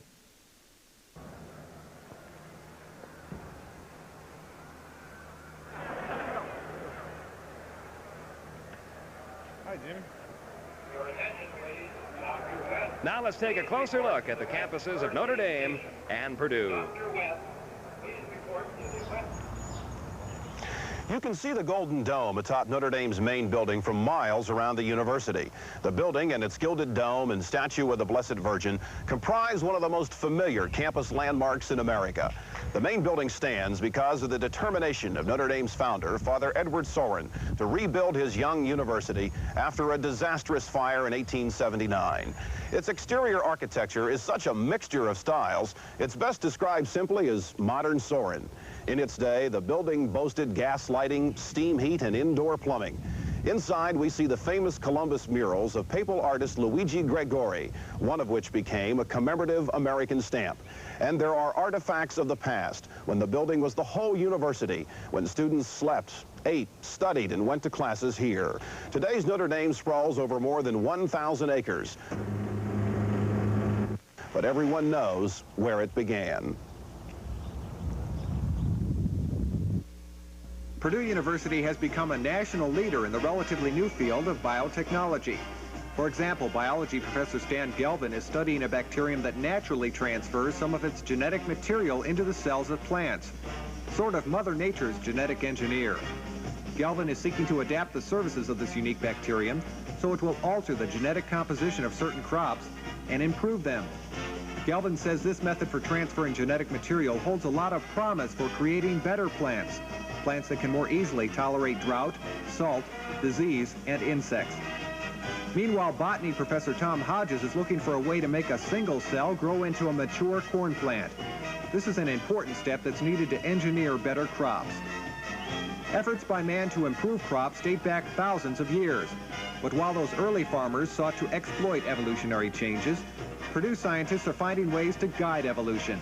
Touching Tomorrow Today, Purdue University.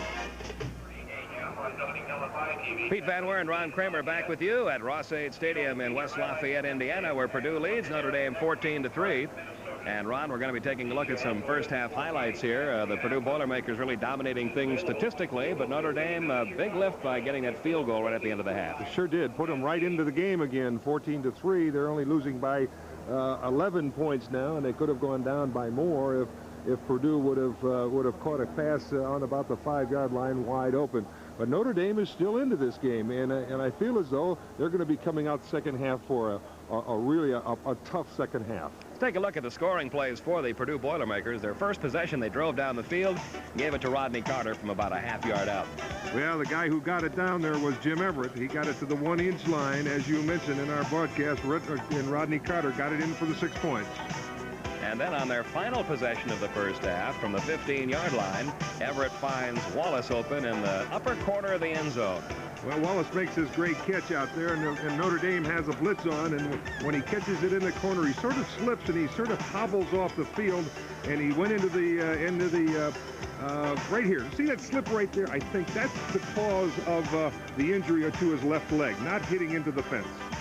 So he'll be heading for the sidelines right after that play, and we hope we'll be seeing more of him in the second half of today's game. Carney's field goal at the 2-second mark of the final play of the first half got Notre Dame on the scoreboard. So it's a 14-3 lead for Purdue here at halftime, and we're just about ready now to get underway with the second half. So we'll be back here at Ross-Ade Stadium in Lafayette, Indiana, for all of the second half action right after this. This is Turner Network Television. Here shortly, while we have a chance, let's take a look at the Big Ten Players of the Week from a week ago. And we'll begin with the offensive side of things, and Michigan quarterback Jim Harbaugh, who sparked the Wolverines with 13 of 24 passing for 183 yards and running for 45 yards on 7 carries. That Michigan team doing a great job against South Carolina last week. And on the defensive side, the game that we had for you, Leonard Bell, the strong safety from Indiana. Watch his great tackle, saving a touchdown. He had 12 solo tackles and also a 52-yard punt return in Indiana's victory last week. And there's your Big Ten Players of the Week. Now we're just about set to kick it off here in the second half. Here are the stats of the first half. Big advantages number-wise to Purdue, particularly in the passing game.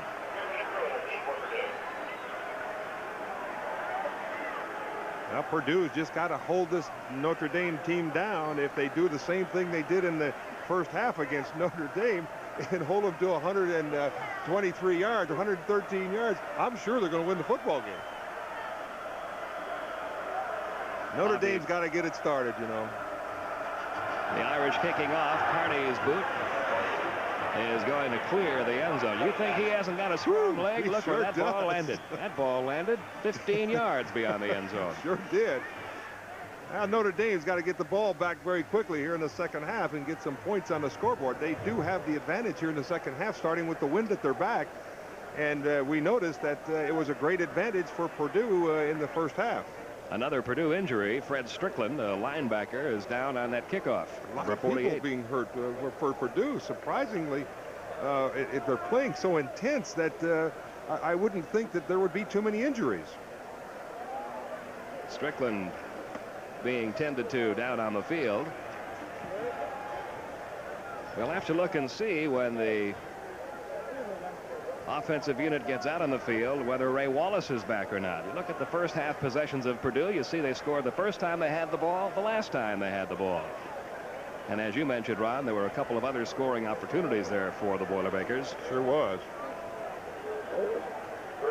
So Strickland being helped off the field.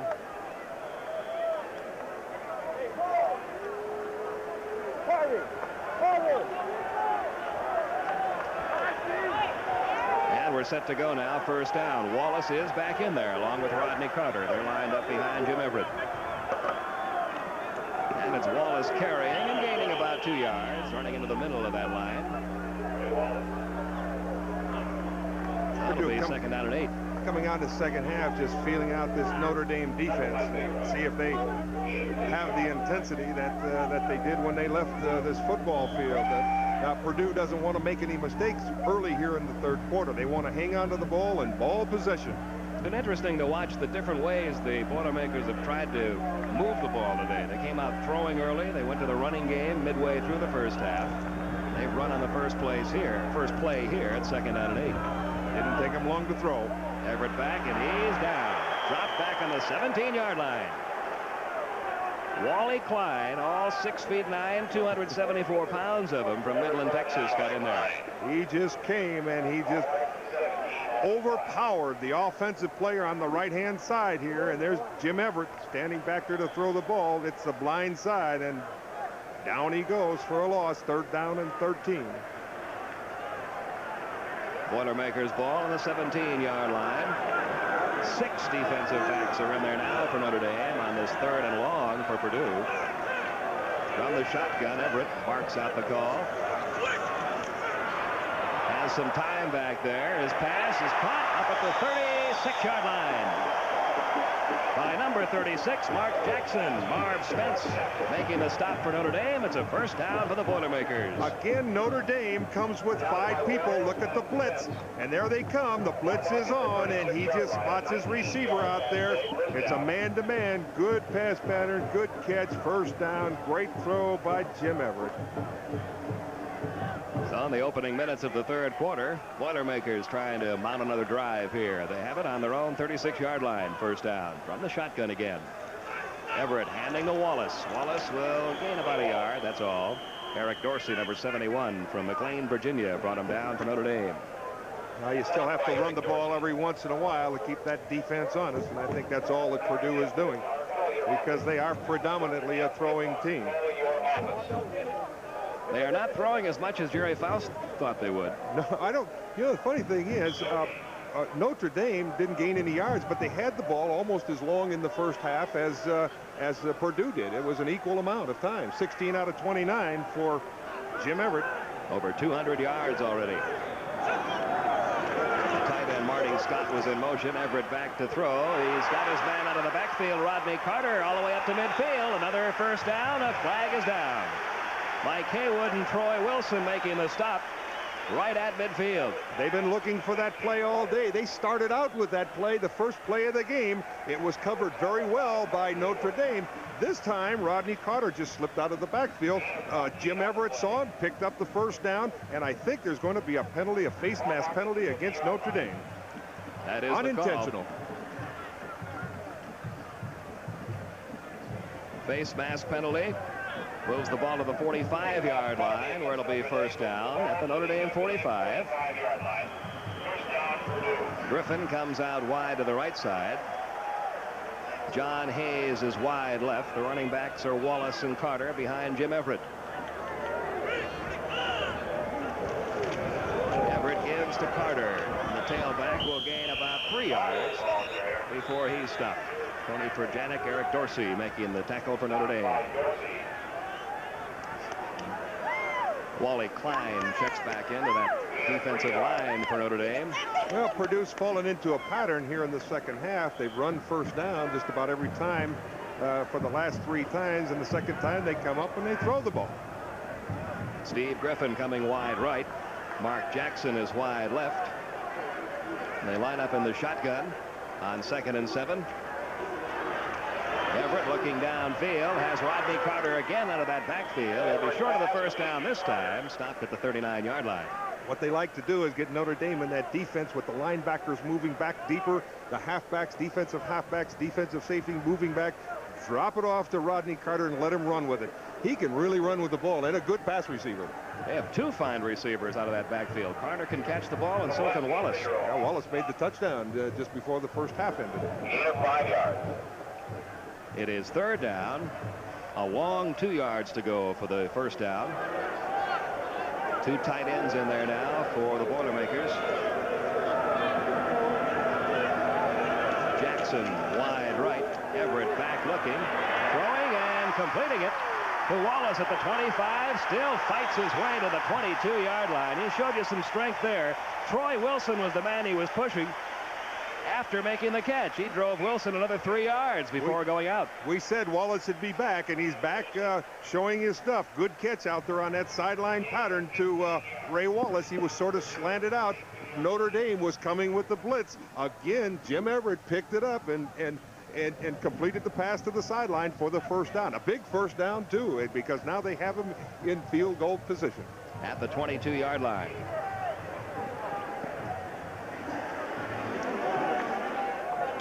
Everett fakes the handoff to Carter, rolls left, looking and throwing incomplete. The intended receiver was Mark Jackson. That's one of the few mistakes that I've seen Jim Everett make. He came out to the left. He didn't set up. His man was open out there, but he tried to throw it on the run, threw it off balance, and it sailed over the head of his intended receiver. John Hayes, number 80, brings the play, and Hayes and Jackson have been shuttling in and out of there all day from the flanker position.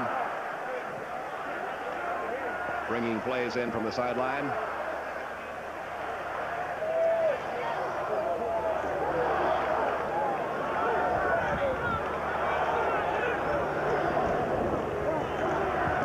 On second down and 10, Everett throwing complete to Rodney Carter. Carter, 15, still on his feet down to the 8-yard line. Maybe even the 7 before Marv Spence and Steve Lawrence brought him down. It's another first down for Purdue. They went to the well again. Rodney Carter, tailback, slips out of that backfield, and Jim Everett picks him up. And good running after he catches the ball. Gets down about the 7-yard line, 6.5-yard line. Good play by Rodney Carter. Pete Van Weeren, Ron Kramer with you from Ross-Ade Stadium in West Lafayette, Indiana. It is 14-3 Purdue. It's 10:22 to go in quarter number 3. First and goal for the Boilermakers. Everett looking toward the right side. Now looks back the other way, and he's going to go down back at the 13-yard line. Tony Furjanek was in there, along with Mike Kovaleski. Good defense. Just good defense. Mark Jackson was downfield, and Ray Wallace was downfield. Just couldn't see him. Had plenty of time to throw the ball, but everybody was covered. And he just said, oops, I'm going to go down on the 12. Here's Griffin over on the other side. He's being covered. Look at great coverage out there. That's the reason why Jim Everett had to go down. It's second down and goal. 12 yards away from scoring. Everett to Griffin for the touchdown.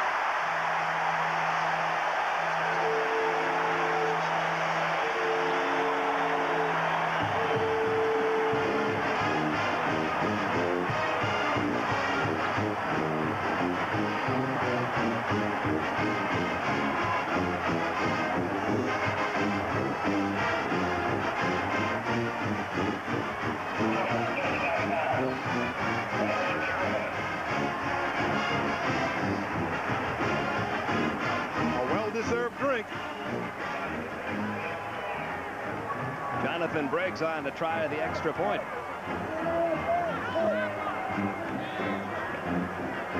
There's the point attempt. It's good. And the Boilermakers of Purdue have done it again on their first possession of this half. Jim Everett directs them down the field, scoring on a 12-yard pass to Steve Griffin. And it's Purdue 21, Notre Dame 3.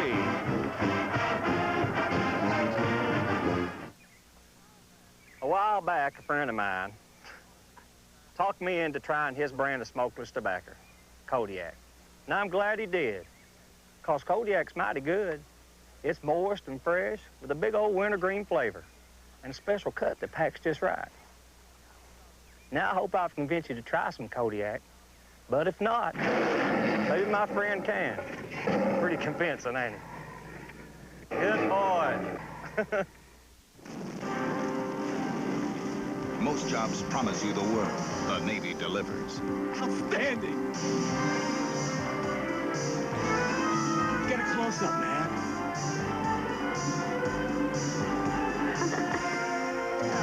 Torque split between one alpha and one bravo? That's a negative. All parameters are normal. Thanks to Navy training. I wonder what other guys do on their days off. See a recruiter or call 800-327-Navy. It's not just a job, it's an adventure. Steve Griffin just scored that touchdown for Purdue. It is 21-3. There's the man that threw the touchdown pass, Jim Everett. That's his 13th career 200-yard plus passing day. What a good one he is. And the Boilermakers also used up 5.5 minutes on the clock on that scoring drive. The old nemesis today that Purdue was throwing against Notre Dame are the crossing patterns. Number 84. Pete Van Weeren, Ron Kramer with you from Ross-Ade Stadium in West Lafayette, Indiana. It is 21-3, Purdue leading Notre Dame. They have just just scored on a touchdown pass from Jim Everett to Steve Griffin. Notre Dame awaiting the kickoff. It's a very short kick, and it's a fair catch at the 28-yard line. Here's that touchdown play again, Ron. Well, the crossing patterns. Number 84, Marty Scott, coming off to the left, and Steve Griffin going to the right. A perfect strike by Jim Everett for a touchdown. Steve Griffin, just a great catch. Purdue goes ahead 21-3. And the Irish now have the ball at their own 28-yard line. They got to make it happen now. 9:27 to go in the third quarter. Everett's just been too tough on him. Steve Borline, who was replaced for one series of plays by Terry Andersack in the first half. Borline back in there now. And what a hit after the reception by Chris Dishman, number 19. He knocked Tim Brown from here to there.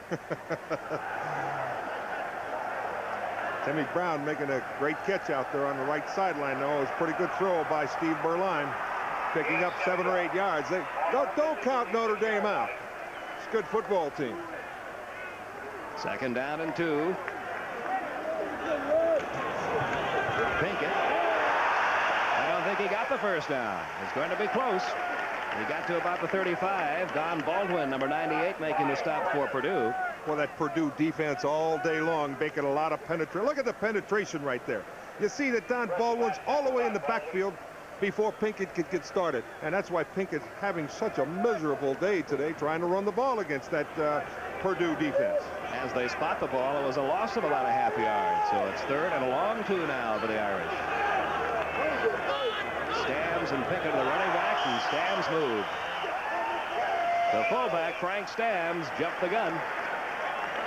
And the motion penalty will move it back again for the Irish. They've been hurt by some big penalties today, Ron. They're having many penalties, but when they have, they've come at tough spots for the Irish.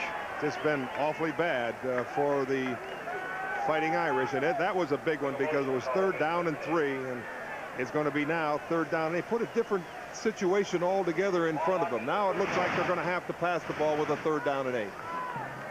And they haven't been doing that very well. This has been a play that the Irish have, as Ron just said, not been able to execute so far in this game. 3rd and long. 8 yards to go for the first down from their own 30. Borline dropping straight back. Fires the pass, complete to Brown. They've got it this time. All the way out to the 44-yard line before Chris Dishman brought down Tim Brown.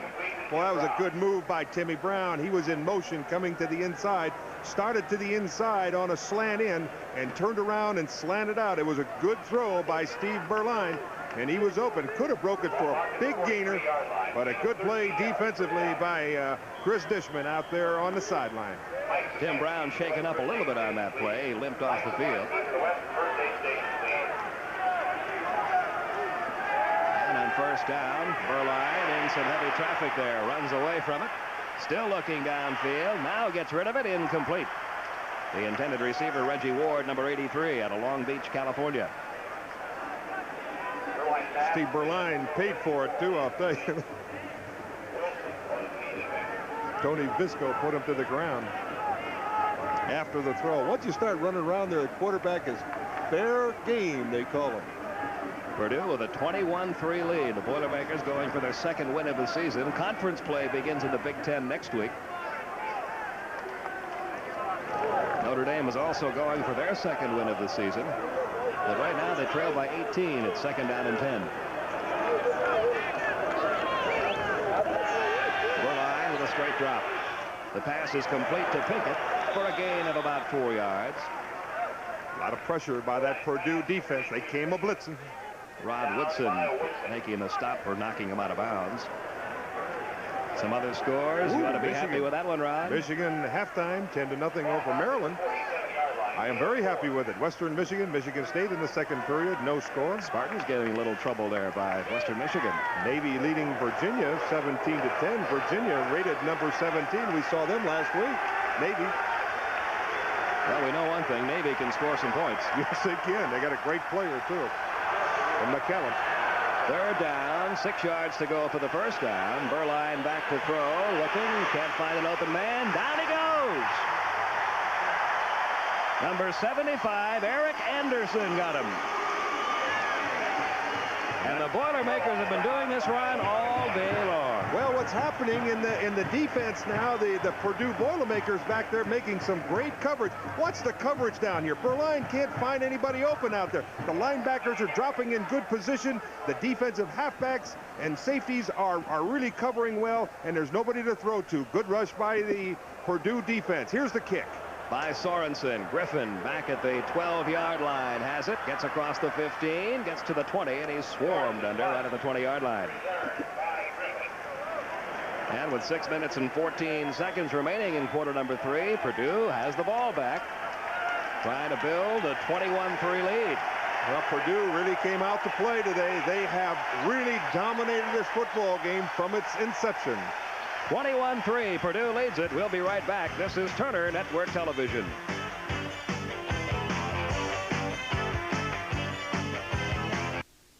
Research Federal Credit Union is more than just another financial institution.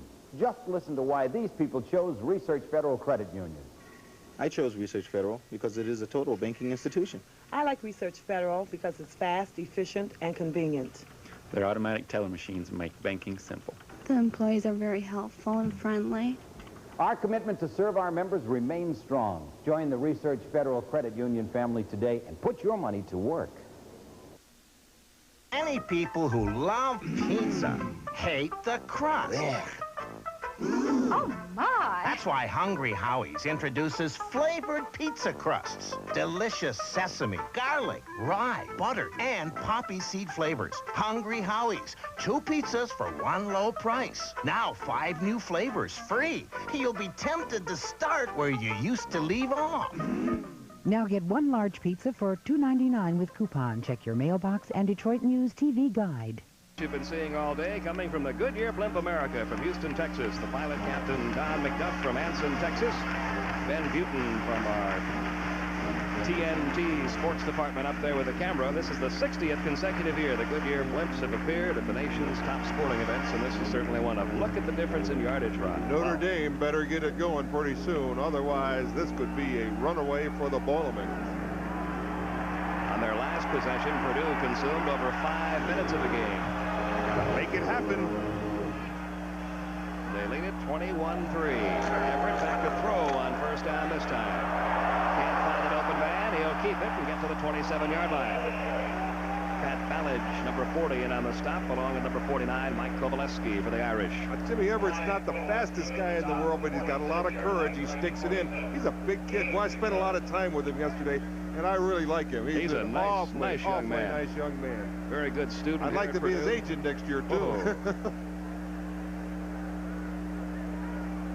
5 defensive backs in there now for Notre Dame on 2nd down and 4.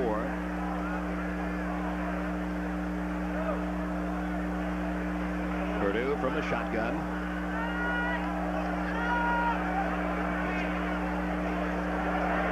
Everett looks downfield, and he's got his man. That's Wallace again, the fullback, to the 42-yard line. Mike Kovaleski brought him down. Oh, he's just picking that Notre Dame defense to pieces. He's throwing the ball perfectly. Those nice tight spirals, perfectly thrown that time to number 43, Ray Wallace, up the sideline. First down, Purdue, 42-yard line. Everett has thrown a lot to his running backs, Ray Wallace and Rodney Carter, today. He's thrown to his tight end, Marty Scott. He's thrown to Mark Jackson. He's thrown to John Hayes. And, of course, he's thrown to Steve Griffin. That's what he does best. Throws to everybody. First down, Purdue. Everett firing long downfield. The intended receiver, Mark Jackson, nowhere near that one. So it'll be 2nd down. Big guy Greg Dingens, of course, came out and put a little love pad on Jim Everett after the ball was thrown. There's the day that Everett's had so far. He was 3rd in the nation in total offense coming into this game, and he's not going to do much in the way of damaging that position today. He's just amazing. He's an amazing young man, and he's got all the qualities of one of the great All-Americans that they've had here at Purdue for the many years. 2nd and 10 at their own 42-yard line.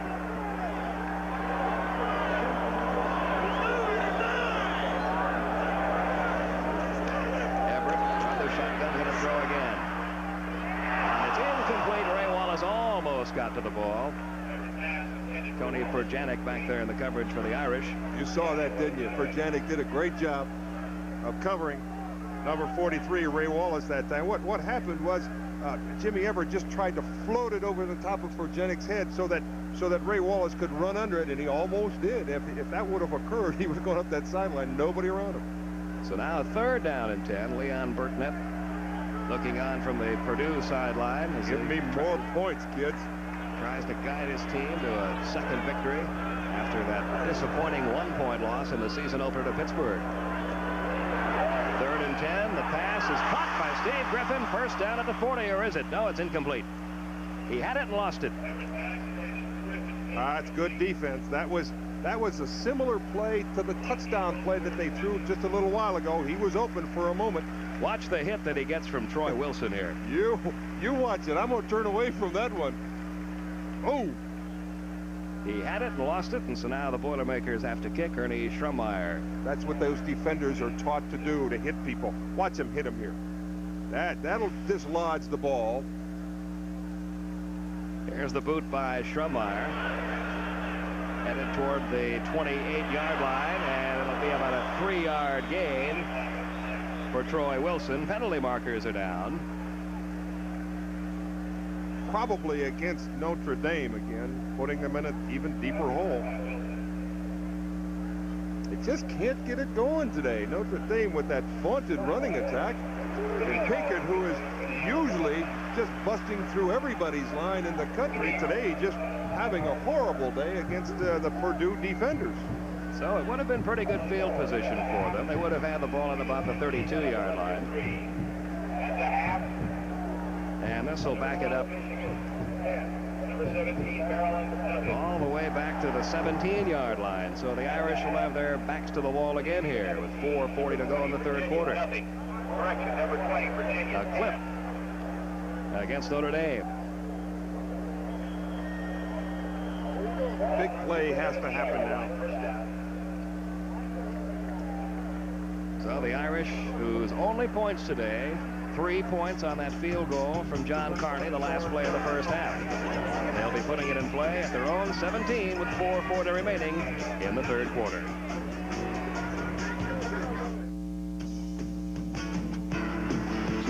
Would you come on, take a ride, yeah, on your way, driving with some pride, yeah. Buick Century. It's one of the rewards you get for playing the game and winning. Show some style coming down the road, yeah. Wouldn't you feeling so at home, yeah. Buick Century. Rewarding to drive. Now available with 7.7% financing. Wouldn't you really rather have a Buick? Experience the supernatural. A TV image so lifelike, it fills the room with its presence. With stereo TV sound and CompuFocus video optics. The Panasonic Omniseries Color TV. It's a phenomenal experience. Mommy! From Panasonic, just slightly ahead of our time. Notre Dame's ball on their own 17-yard line, 1st down. Berline back to throw on 1st down. This time his pass is incomplete. Intended for Reggie Ward. Rod Woodson made the hit. Great play defensively by Rob Woodson. He's hitting everybody out there. He's just making plays all over the field. Notre Dame's really got to make a big play here pretty soon to get a little momentum on their side and get back into this football game mentally. They're not in it mentally. Let me ask you a question, Ron. In the 1st half, Notre Dame moved the ball best when they brought that 2nd unit in there, Terry Andrusak and company. Do you think we might be seeing them again soon? Well, I think what happened was the coach said, I'm going to try and get the guys, turned on. And this is what he thought he was doing with that 2nd unit, but it doesn't look like it. Berline back to throw again, and he's going to be brought down inside the 10-yard line. The defense of Purdue has been all over Notre Dame all day long. Don Baldwin again, number 98. He and Kevin Holly and Brad Horner. What a game they've had. Watch a good rush from the left side here. Oh, my goodness. I sort of feel sorry for Steve Berline now. Every time he gets back there, he's got 2 or 3 guys in his face. And we have an injury. Sean Heffern, the strong guard on the right side from Carmel, Indiana, getting up very slowly. While we have a moment, we'll tell you that this telecast is authorized under broadcasting rights granted by the Big Ten Conference and the Turner Broadcasting System. Any publication, rebroadcast, retransmission, or other use of the pictures, descriptions, or accounts of this game without the express written consent of the Big Ten and the Turner Broadcasting System Incorporated is prohibited. Well, we've always said that games are won and lost in the trenches, and I'll tell you one thing, this Purdue team is winning everything in the trenches today, both offensively and defensively. So now, after that loss, it is 3rd and 18. Berline back in his own end zone. Fires out. It is incomplete. Intended for Alan Pickett. Mike Weaver back in the coverage, and the Boilermakers have held him again. Jimmy Everett getting ready to go back in. Boilermakers doing a number on the Fighting Irish of Notre Dame today. And Sorensen in to do the kicking for the Irish. Rod Woodson and Steve Griffin are right at midfield for Purdue. Almost blocked.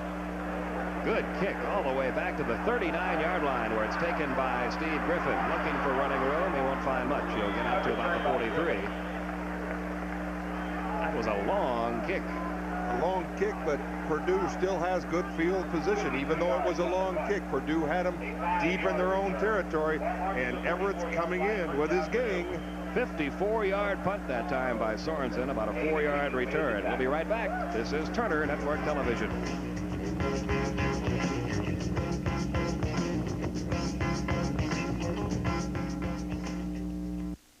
If you haven't bought a new or used car from us at Bill Rowan Oldsmobile, there can be only one reason. You didn't try. Because Bill Rowan and we, his family of employees, will do whatever it takes to make a deal. This means nobody, but nobody, will sell you a new or used car for less money. Nobody. Why? Oh, Bill needs the money. That's why. I put to you this simple proposition. Save your gums or lose your teeth. Gum disease is what causes most tooth loss. From age 35, it strikes 3 out of 4. 3 out of 4. And by age 60, over a fourth have lost all their teeth, mainly to gum disease. Consider your chances. What can you do about gum disease? See your American Dental Association dentist. Don't wait till it hurts. On a score, Michigan has now taken a 17-0 lead over Maryland. My old alma mater coming right along, huh? I think Old Bo's got a little better team than a lot of people thought over there this year. A lot of us. They're going for their 3rd straight. They played a tough schedule. Everett firing, and it is incomplete. Ray Wallace, the intended receiver, and I'm sure he'll kick himself for not hanging on to that one. Stuck it right in Ray Wallace's ear. Couldn't hang on to it. Pat Ballage back in the coverage for Notre Dame. Everett can't throw the ball any better than that. It is 2nd and 10, 3:46 to go, 3rd quarter. The crowd here today, 69,338. Look at the day that Jim Everett is having, and look at the day that Steve Berline is having. That's why the score's 21-3. Everett closing in on a 300-yard passing day.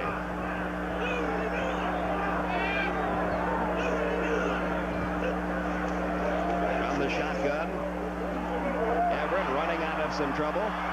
Now heads for running room left side. He's got a lot of running room. Inside the 40 and out of bounds at the 37-yard line. He got some help from Rodney Carter, his tailback, who sprung him loose with a good block, but he had all kinds of room there on the left side. He took advantage of it. First down, Purdue. There was some good blocking up front, too. Watch these linemen holding people out. You know, it's pretty hard to hold out these 270-pound defensive linemen. Everett finding a little running room over there, and he gets to the out of bounds at the 38-yard line, 1st and 10. Smartly gets out of it. He don't want taking too many hits. He's taken a couple back there today and bounced right back from him. It's a first down for Purdue, just inside the Notre Dame 38.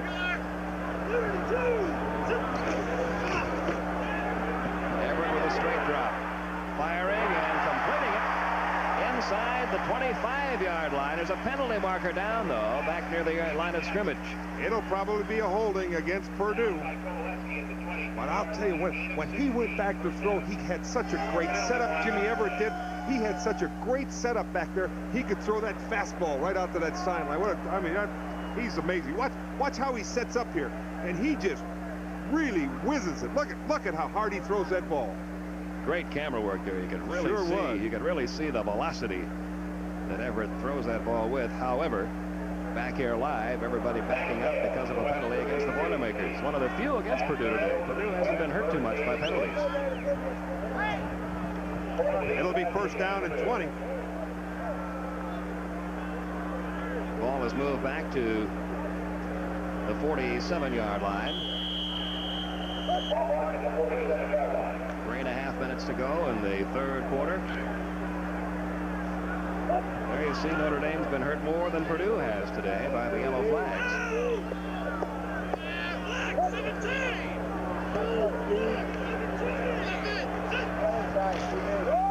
Handing to his fullback Wallace. Wallace will pull his way up to the 41-yard line. Gaining about 6. Matt Dingens, number 97. Tony Furjanic, number 58. Just establishing the run again and some of the blocking up front for his offensive linemen. Because what's happening now is Notre Dame says, okay, Jim Everett's going to pass the ball, and we're just going to come on every single play. That play picked up 7 yards. That was a good gain from the shotgun formation. So the ball right on the 41-yard line. We're at second down and 13. Jackson comes out wide right. Griffin's wide left. The tight end Marty Scott is in motion. Everett looking downfield. He's got his tight end Marty Scott inside the 35-yard line. Marty Scott started across the field from right to left. He saw that he wasn't going to be open over there because they had some coverage. Turned around, came back. Jim Everett spotted him and threw it for about an 8-yard gain. It's now third down and 5, but they are in a critical position on the field.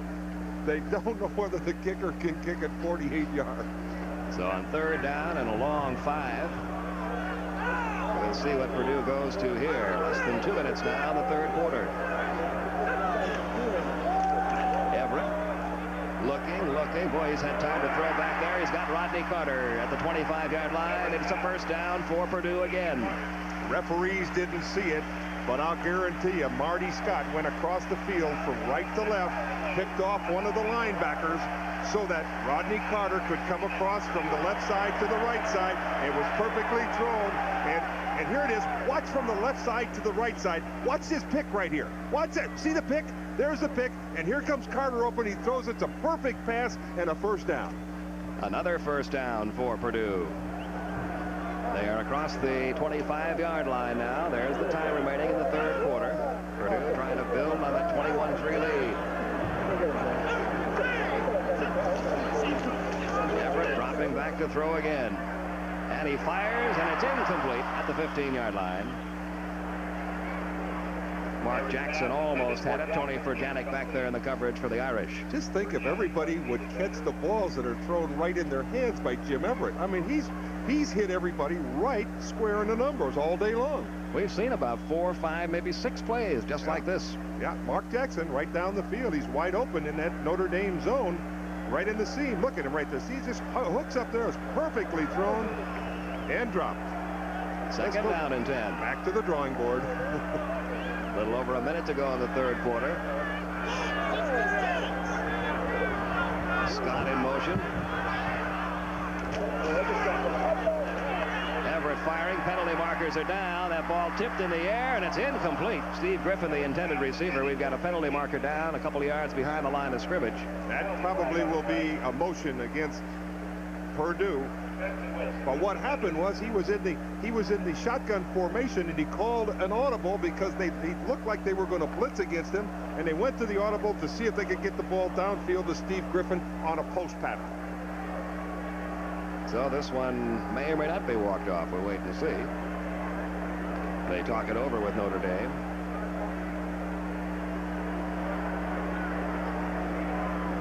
We have some technical problems on the field with the referee's microphone. It is a motion call against Purdue. And it's declined.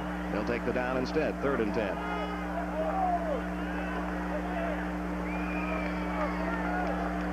The way Jim Everett's thrown the ball today, 10 yards isn't much to pick up. He's got Jackson wide left. Griffin comes to the right side this time. And now timeout's going to be taken.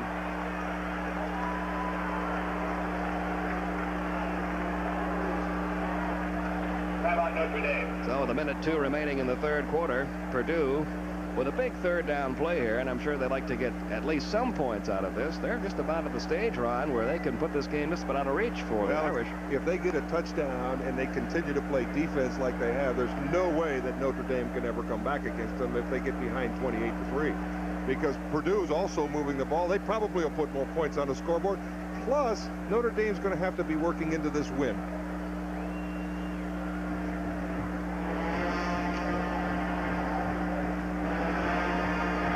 Jerry Faust talking to his players. Get it going, my boys. Get it going.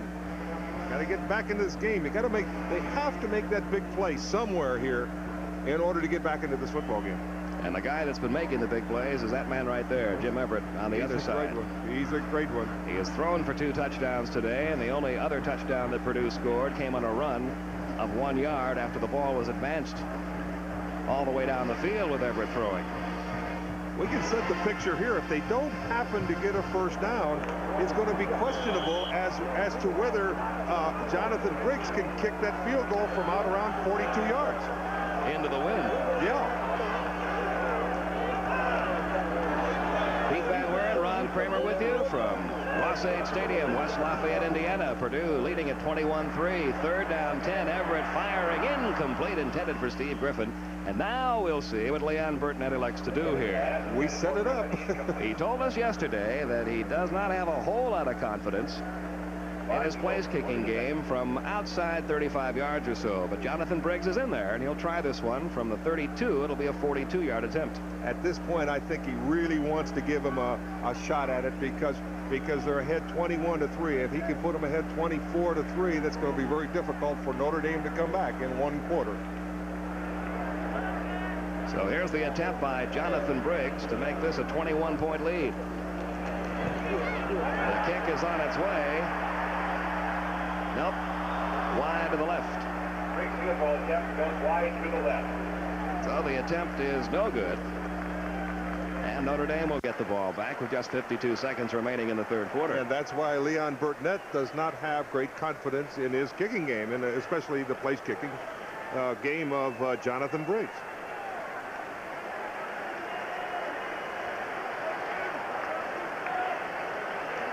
.52 seconds remaining, 3rd quarter. And this is a key possession, Ron, for the Irish. They've got to get something going. Everything is key to them now. They got to get points on the scoreboard and get them quick.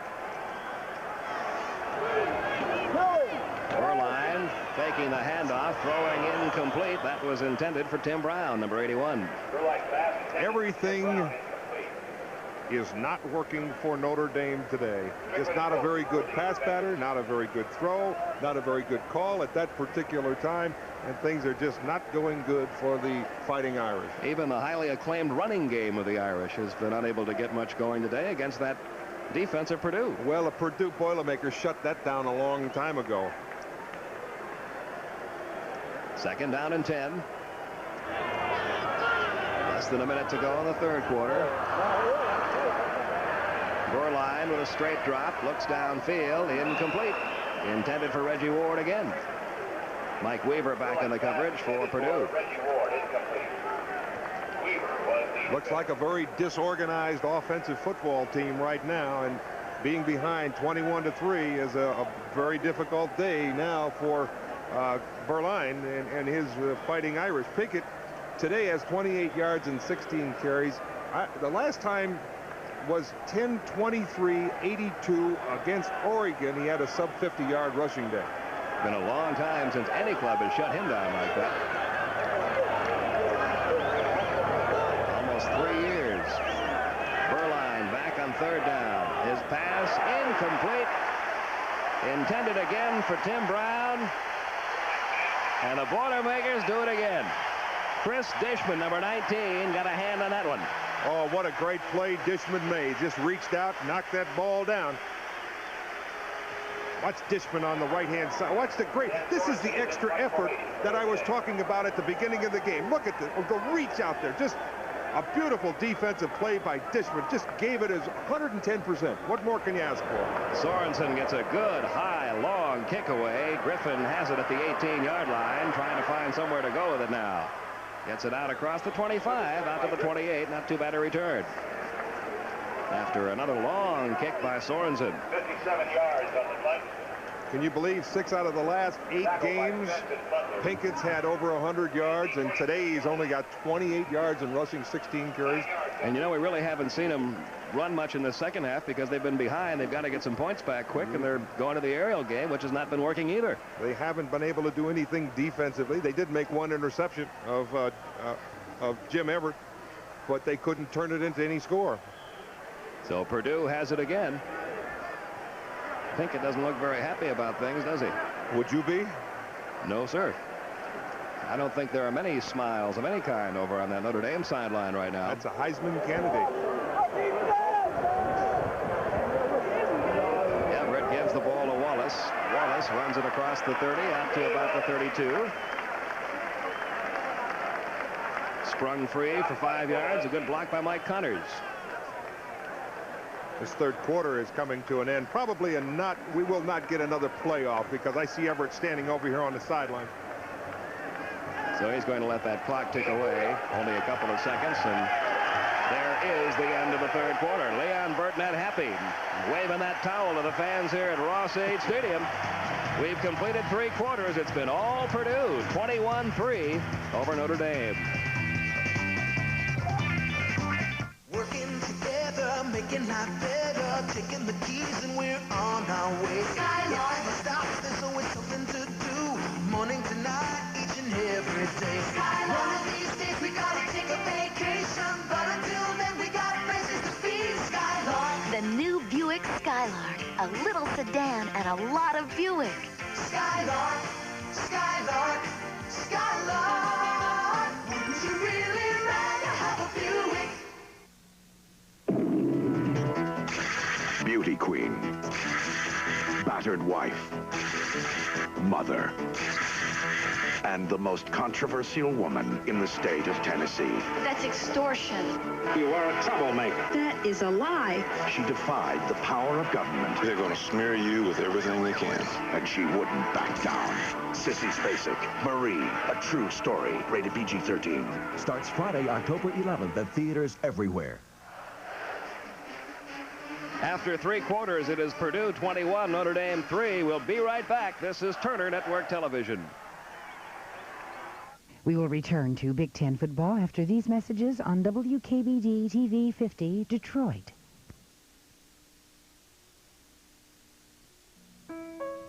Details, details. They're the difference between ordinary and extraordinary. Details are what make a Kuppenheimer suit extraordinary. Every season, a new line of clothing is designed. The cut is carefully considered, the fabrics chosen from around the world, and the styling perfected.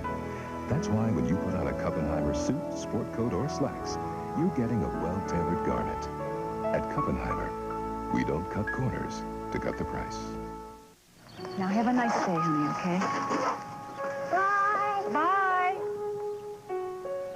Bye. Bye. Be careful. One way AAA helps with life's worries is with our school safety patrol program. Stop. Maybe it's not as important as our auto, life, homeowners insurance, and full travel services.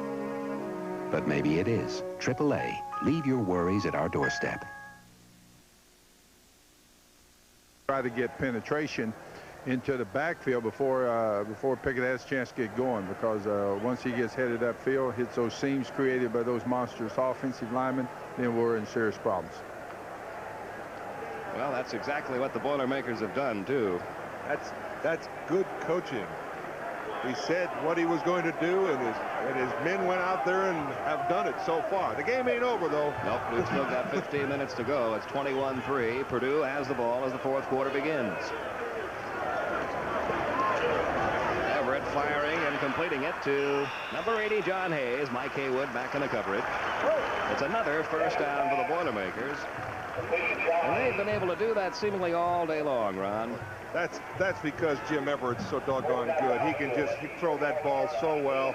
And John Hayes, you know, he just was out there and he hooked up and he whipped it out there. But the good blocking up front gives Everett the time to throw the ball.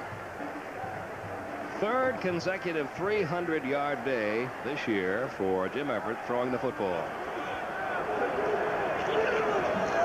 And he's not through yet. Lost that one. Is it a fumble or is it an incomplete pass? How are they going to rule it? It is going to be ruled. Whose ball? Everybody waiting to see. It's Notre Dame. Notre Dame got it. It is ruled a fumble. So maybe that will spark the Irish. Eric Dorsey was the guy that got in there and made the hit. The only question was he in the act of throwing the ball or was it a fumble? It's ruled a fumble. Notre Dame has it. That's referee's discretion, and you can see right here now. I don't care who you are, whether you're Jim Everett or anyone, you cannot throw the ball if you're rushed by those big linemen. You cannot advance the ball on a fumble, and that's the reason why it was called back to the place of the fumble.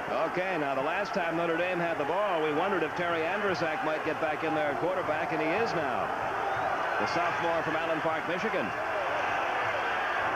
Tremendous field position right now for Notre Dame. Alan Pinkett pitching it back to Andrzak. Andrzak looking downfield, can't find a man open. And that play designed to be a big gainer gets about 3 yards, maybe 4. Well, it's good defensive play by the Boilermakers. Anthony Rose was out there. He wasn't fooled too much. That's a little flea flicker. Here comes Pinkett. He flips it back. The flea flicks it back to Terry Andrzak looking downfield. See the good defensive play forced him out of the pattern by Anthony Rose, and it was a 5-yard gain for the Notre Dame Fighting Irish. Matt Morgan made the final hit on Andrzak. Second down and 5. Ball at the 28-yard line. Pinkett. Couldn't find much room over there. Got it to about the 25. Gain of about 3. It'll be 3rd and 2. Jerry Faust hoping his troops can get it together here in the fourth quarter and pull this thing out. It's not going to be easy. Big break on a fumble, though, by Everett. You know, they made a good rush on him, and like we mentioned earlier, they got to make the big play both offensively and defensively. Now that they got the break, they got to get points on the scoreboard. 3rd down and 2. There's been a play that they've had trouble making all day. Andrzak faking, and he got out of bounds, but I don't know if he got the first down or not. Do you think he did, Ron? It's going to be close. Looks like it's going to be close. He got to about the 23-yard line. He had to get just to the 23. We'll see where they spot it here. Oh, they're going to bring I think they'll bring in the chains on this one. Yes, they are. Derek Wimberly and Fred Strickland making the stop there for Purdue. It's going to be very close. They'll have to bring the chains all the way from the other side of the field. It's going to be about an inch short. Penn State 7, Rutgers 3. Third quarter, Alabama 34. See how good my eyes are now. We got a measurement here for first down, Notre Dame. 3, Michigan State, nothing. They've got the first down. Just barely, but it's a first down, a very important one for the Irish as they try to get something on the board here in the opening minutes of the final quarter. West Virginia 3. So it's a first down at the 23.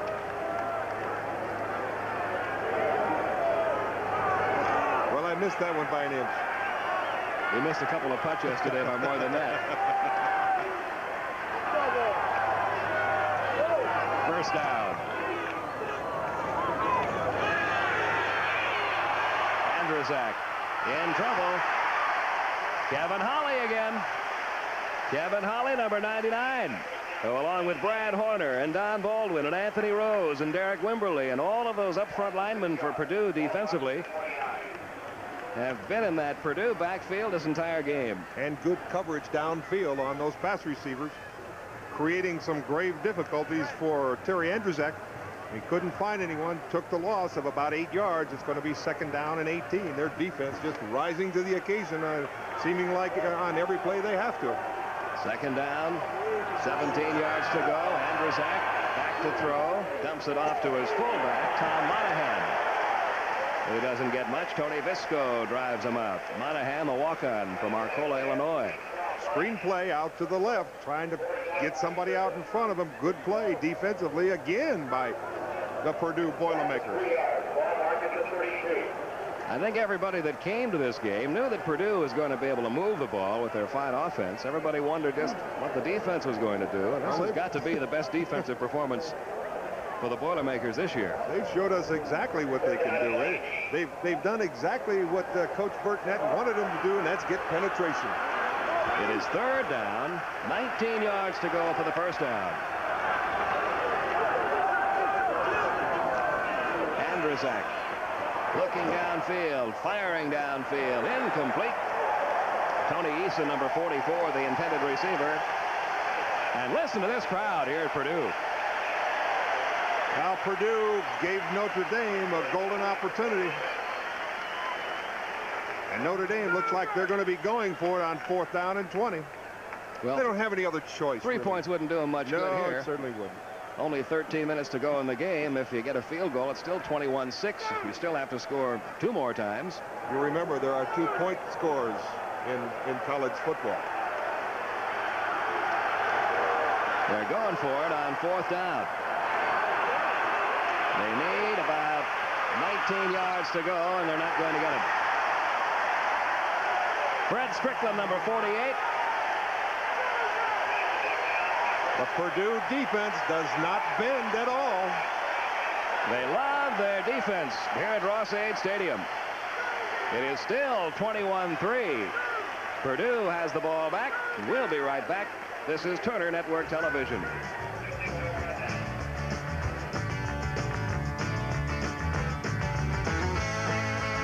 Texaco's new formula Haviland Supreme challenges the world's most expensive motor oils. Synthetics like these and Haviland both exceed car makers' warranties, and both meet or exceed industry standards for wear, cleanliness, and rust protection. But only Haviland comes without the high price. And now save even more, up to $7 with Haviland's rebate offers. Look for this display at participating Texaco retailers and stores. Texaco's Haviland Supreme. New formula Haviland, now on sale at these stores. This is it, the big day. I've done all my homework. I'm gonna knock their socks off. I hope. This suit from Anton's is perfect. They're going to be impressed. I just know it. Now through October 13th, Anton's will reward you with a $100 gift certificate free for every $500 you spend. Select your wardrobe from Yves Saint Laurent, Daniel Hester, Adolfo, and more. Thanks, Anton's.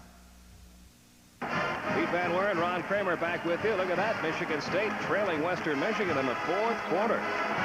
Bit of a surprise. Ohio State not having any trouble right now with Washington State. Washington State's a pretty good football team, too. There you go, Ron. Michigan, 17, Maryland, nothing in the 3rd quarter. Michigan's defense really doing a great job this year. Well, they have shut down some pretty good offensive teams already. You hold South Carolina to 3 points, you've done something. That's exactly what Michigan did a week ago, and Purdue has been shutting down Notre Dame here all day. Handily. 12:56 remaining in the game. The Boilermakers have the ball back. 46-yard line. Wallace.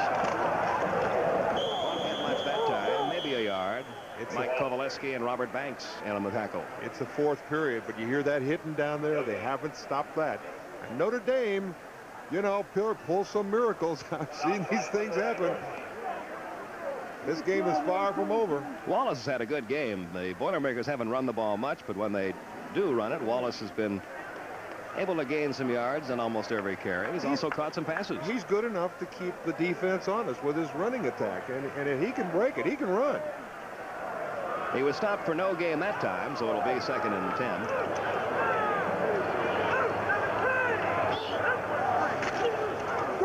Wallace again. Gained about 3. shot by Virginia. Tony Furjanic made the tackle for the Irish. Good middle linebacker play by Furjanic, but Rodney Carter had a good angle on him over the middle there and just missed his block. Otherwise, Ray Wallace had a pretty good hole out in front of him, could have picked up some good yardage. Now here's the play that we told you when Notre Dame has the ball, they've not been able to make. Here's the play that when Purdue has had the ball today, they've been making first downs on virtually all afternoon. 3rd and about 7. They've had a lot of situations like this, and they've seemed to always come up with the first down. When you got a Jim Everett, you have a good chance of doing it. Well, I think we had some movement along the line of scrimmage there. The penalty markers are down. Everybody, I think the center forgot the snap. So we'll see who this one's against. It is against Purdue. Motion penalty against Purdue. So now, instead of 3rd and 7, it'll be about 3rd and 12. Now watch the centers a little bit late. Everybody's moving except the centers. Dead ball foul. Sort of wonder. Procedure. How can the center forget the snap? He's the one who's got to snap the ball. But when they're thinking of blocking and everything so many times, you know, 1 or 2, just it's very difficult for a center to get it back there on time. 3rd down and 12. Everett looks downfield. He's got a man open, Mark Jackson, who took a pretty good hit from Steve Lawrence as he went for the ball. We mentioned there's some good hitting out there going on, yet Notre Dame certainly will not give up, even though they're trailing now 21-3, but the clock becoming a factor. 11:10 left here in the 4th period. So this time the Irish stop the Boilermakers. Ernie Schrummeyer in to do the kicking. Troy Wilson and Pat Cusick back deep for the Irish. This will be Wilson at the 40-yard line. Gets away from one man, gets away from another, but won't get away from Edwin. The tackle made by number 3, Scott Nelson. Well, Scott Nelson missed him the first time, came back, and all of a sudden found his man back in his arms, making the tackle. Notre Dame with good field position again. Now they've got Steve Berline back in there, quarterback, as they put the ball in play at their own 48-yard line.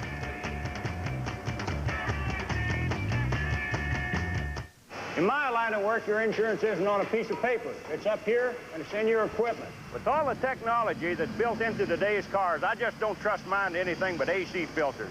An AC oil filter can help protect your gas main engine for up to 15,000 miles. An AC air filter, up to 30,000 miles. Never wait for trouble. Protect your car with AC filters. Now get rebates on AC filters. Call 1-800-AC-DELCO for a participating dealer. City feet, country feet, fleet feet, neat feet. No matter how you treat your feet, Dr. Scholl's makes you feel like dancing with double comfort air pillow insoles, hidden comfort half insoles for high heel shoes, workday insoles for hard-working feet, scented Fresh Step insoles. Tired feet, active feet. Dr. Scholl's has all kinds of comfort for all kinds of feet, right here. Dr. Scholl's makes you feel like dancing.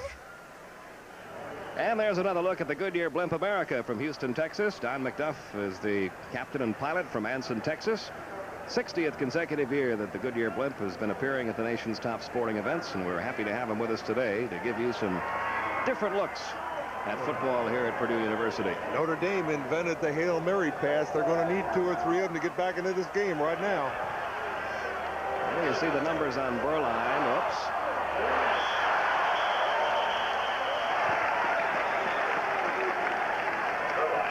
Things just not going Notre Dame's way at all today. We got to give a lot of credit to those guys dressed in black along the other side of the line of scrimmage, though. They are just doing a marvelous job, simply marvelous, against that big Notre Dame offense. Well, we got a penalty. Yeah, it's going to be a holding call against Purdue, and this will help out the Irish. Who were they holding? Downfield, nobody had the ball.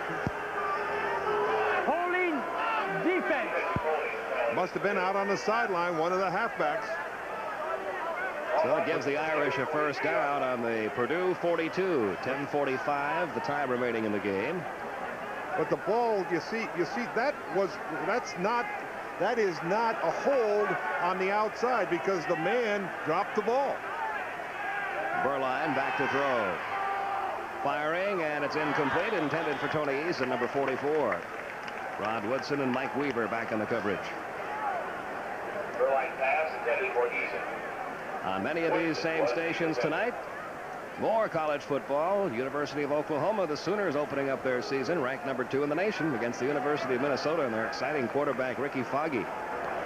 It's 8 o'clock Eastern time from the Metrodome in Minneapolis tonight. Burline fires incomplete. It was a one-hopper.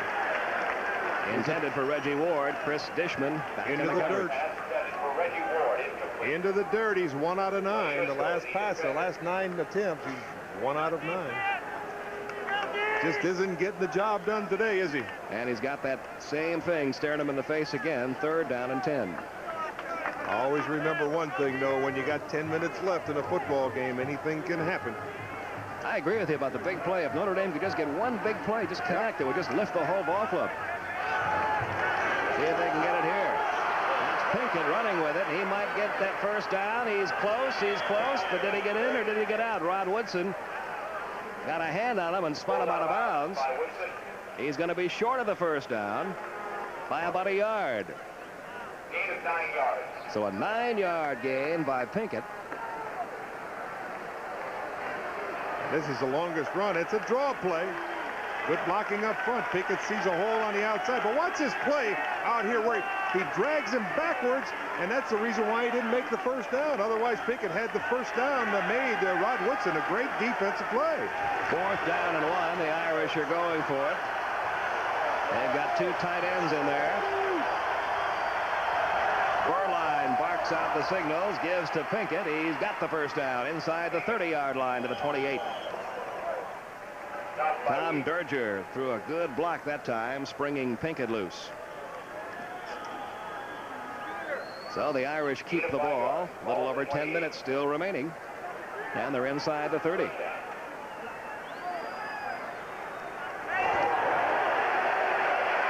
Too many men on the field for Notre Dame, I think.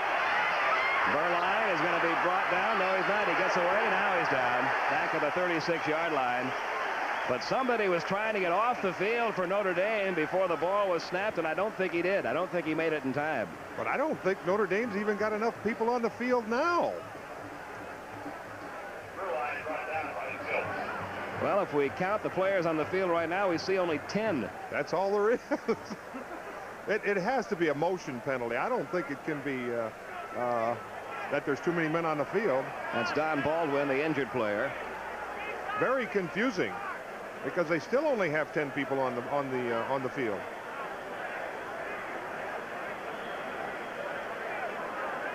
Here comes the 11th man, Tom Monahan. And other substitutions. So Purdue will take the loss rather than the penalty. It'll be 2nd down and 20.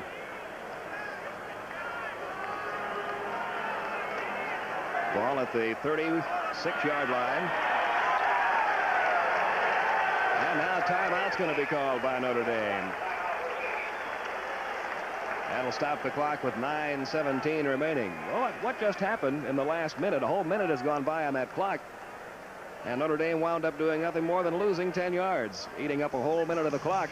Confusion. And they can't afford to do that right now. We'll be right back. This is Turner Network Television.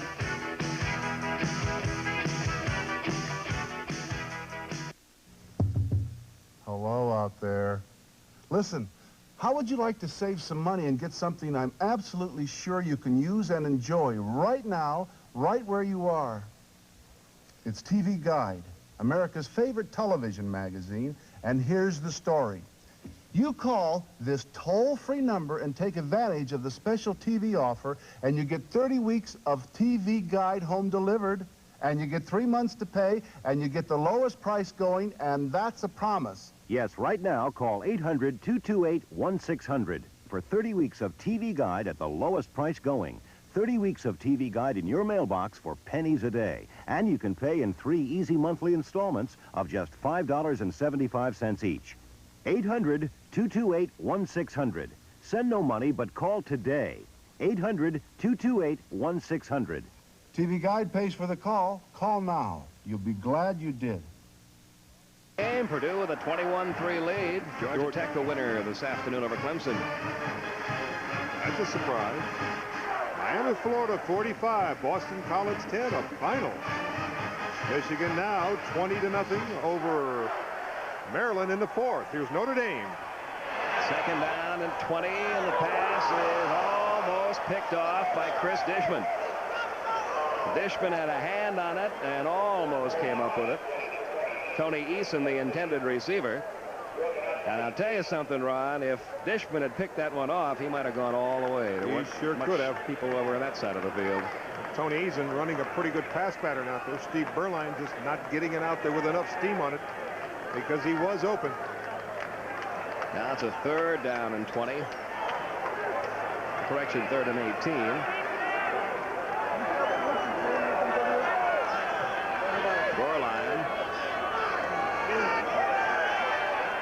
Straight back. His pass is in and out of the hands of Reggie Ward. That pass was well thrown, and yes, Ward it was. Couldn't hang on to it. Ward on a turnout out there. Nobody was there. Hit him right in the hands. Didn't put his hands on it. You know, he tried to bring it into his body too quickly. You got to catch the ball with your hands. If it hits the shoulder pads, generally speaking, it's going to be incomplete.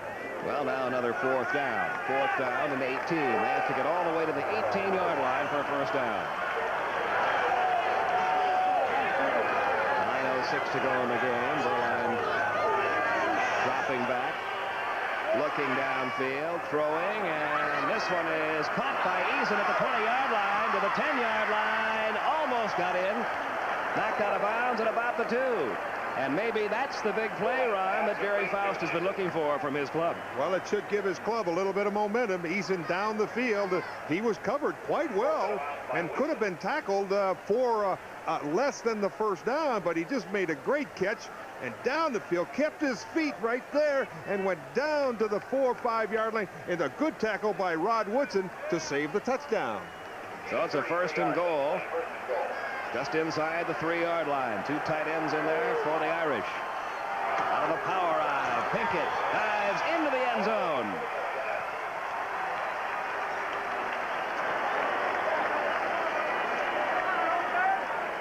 And so the Irish getting 6 more points on the board.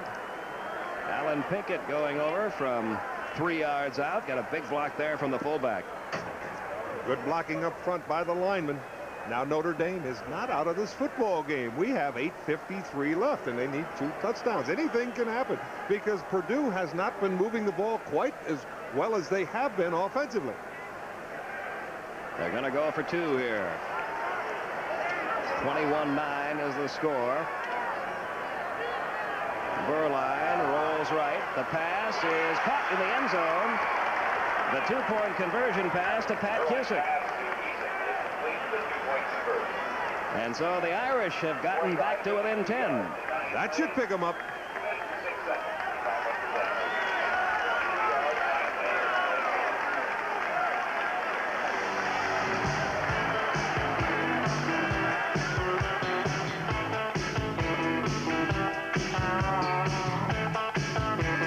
Wheel-drive Buick Electra is an automobile of plush seating arrangements, room for 6 sumptuous appointments. It is an automobile of subtle distinction, refined aerodynamics, and under all that, the Electra is an impressively road-mannered car. One of the most intelligently engineered, internationally tested in Buick history. Now available with 7.7% financing. So ask yourself, wouldn't you really rather have a Buick? To Jim Peck, who had 5 business lunches in 3 days, Republic Airlines awards the comforts of perks. I've earned them. To Denise Cresta, who had to preview 400 patterns of plaid, Republic awards the executive suite perk. I've earned it. And to Ron Barry, who had to be in 3 cities at the same time, Republic awards a free trip after only 20,000 miles. He's earned it. We make you feel like flying. So the Irish trying to pull it out here in the final quarter, Ron. This was a big, big play for him. Good blocking up front for Pinkett, and he finds that goal line for 6 points. Gets them back into this football game, and we get a 2-point conversion here. A good pass to Cusack. Pat Cusack open all alone in the end zone, puts Notre Dame now 10 points behind. If they get a touchdown field goal, this is a tie football game. 21-11. And as we mentioned, Purdue is not moving the ball like they have been offensively. Let's see how far John Carney, kicking into the wind, can get the ball on this kickoff. When he had the wind at his back going the other way, he was able to drive that ball about 15 yards beyond the end zone. Well, there's 8 minutes and 50 seconds left here in the fourth period. Purdue must hang on to the ball. It's ball control now. That's when you can tell a good football team. Medlock and Pruitt are back awaiting the kick for Purdue.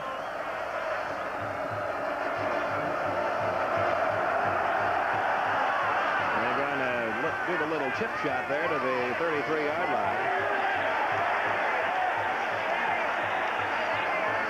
Fair catch by Purdue. And the Boilermakers will put it in play there. Lance Scheib, number 81, freshman from Indianapolis. Now we've got a penalty, an offside call going Notre Dame offside. Offsides on the kickoff by the kicking team is declined. Pretty decent field position on the 33-yard line. So the Boilermakers with 8:53 remaining. Here's a problem right now with a passing team, because now Everett, the great passer that he is, they don't have that great running attack to have the ball control. And this is where they can get themselves into trouble, because Everett's got to go up in the sky in order to get first downs. And of course, when you get the ball in the sky, anything can happen. They're at their own 32-yard line with a 10-point lead.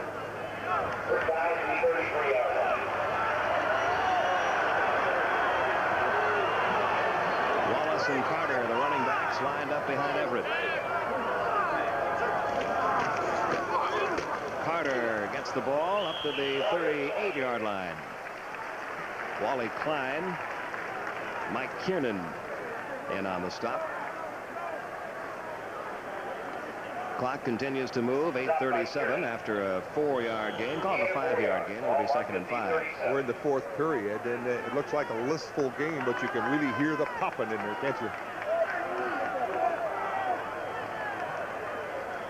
2nd down, 5. Just across their own 37-yard line.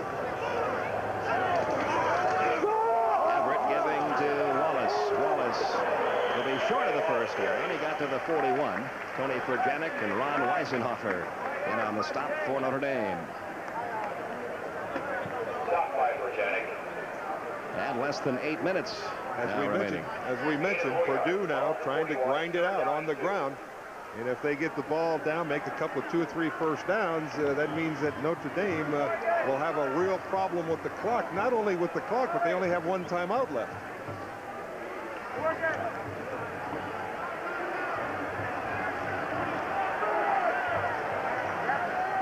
Pete Van Weren, Ron Kramer with you from Ross-Ade Stadium, West Lafayette, Indiana. 21-11, Purdue leads it. They have a 3rd down, a little more than a yard to go for the first down. Rodney Carter is going to try to get it, and he's not going to make it.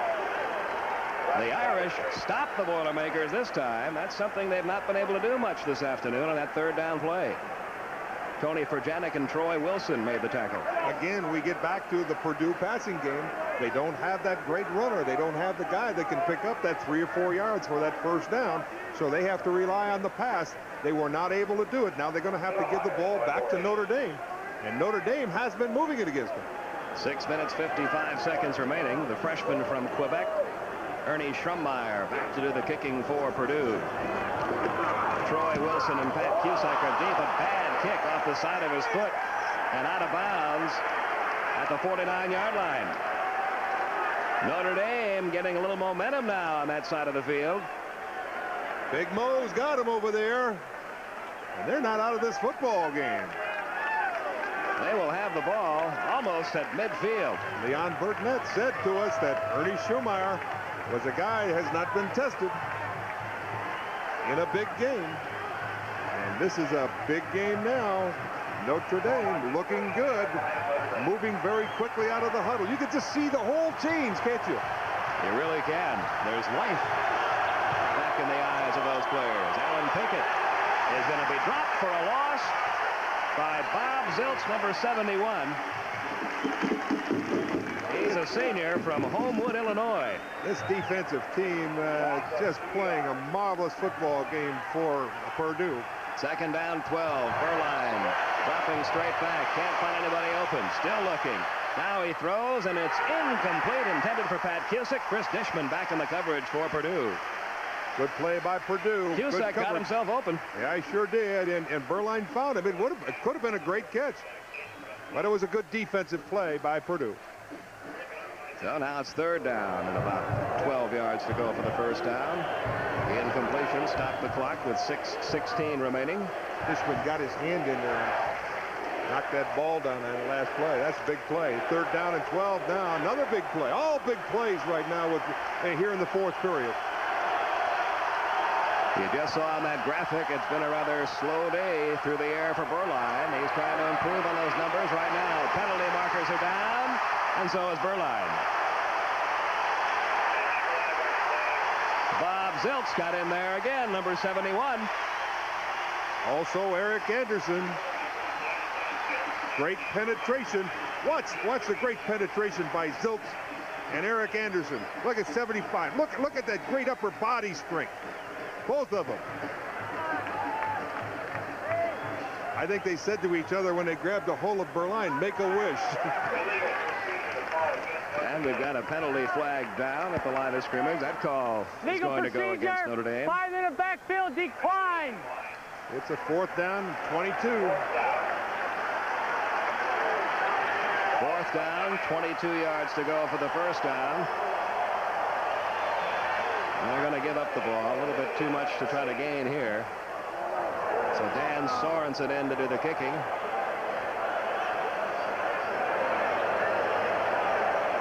Back deep for Purdue is Rod Woodson. We've got less than 6 minutes to play now. There's the kick by Sorensen. The fair catch called for by Woodson. And it'll be a first down for Purdue at their own 22-yard line.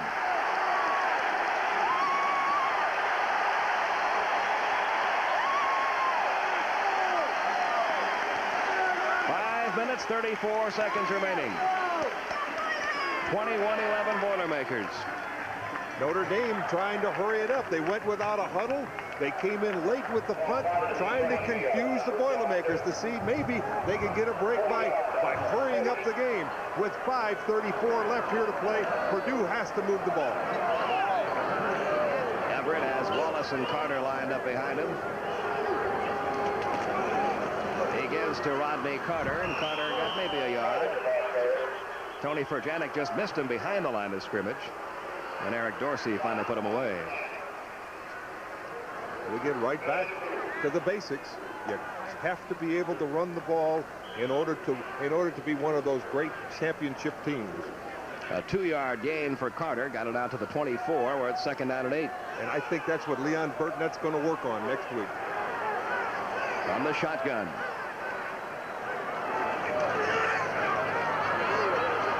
Everett firing downfield. It was tight end Marty Scott. First down Purdue across midfield. Steve Lawrence back there in the coverage for Notre Dame. Big play to Marty Scott. Got in the center of the zone. They got the outside coverage on those flankers, those great flankers, but the big tight end gets in the middle. It's perfectly thrown by Jim Everett right in the numbers, and a great catch by Marty Scott, and a first down on the 46-yard line.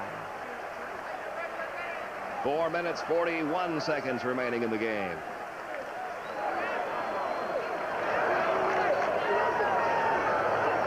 Pete Van Weer and Ron Kramer with you. Purdue moving the football.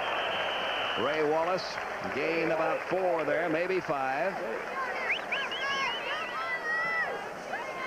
21-11, Purdue leading it. Notre Dame looked like they were going to turn things around here in the fourth quarter, but now Purdue has suddenly found some new life in their offense. And they really did turn it around. The only thing is the greatness of Jim Everett and that big throw to Marty Scott certainly has changed the momentum back to Purdue because they're moving the ball second and about 5 yards on the 41-yard line. 4 minutes remaining in the game. Second down, 5 yards to go. Everett out of the shotgun again.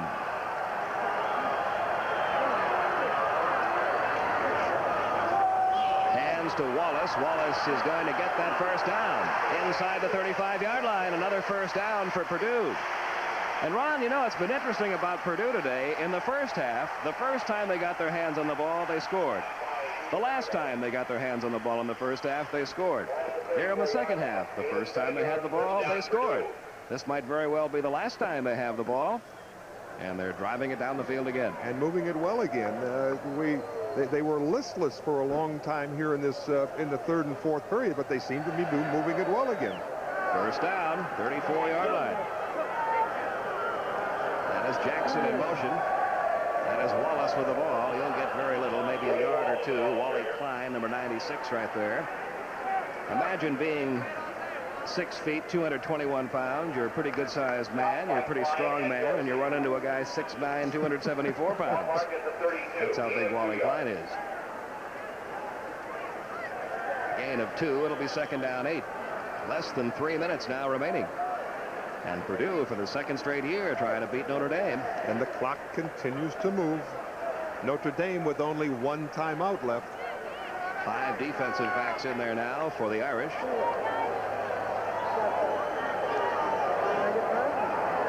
In the shotgun, second and 8. Scott in motion. Everett firing down the middle. Wallace is there. Touchdown!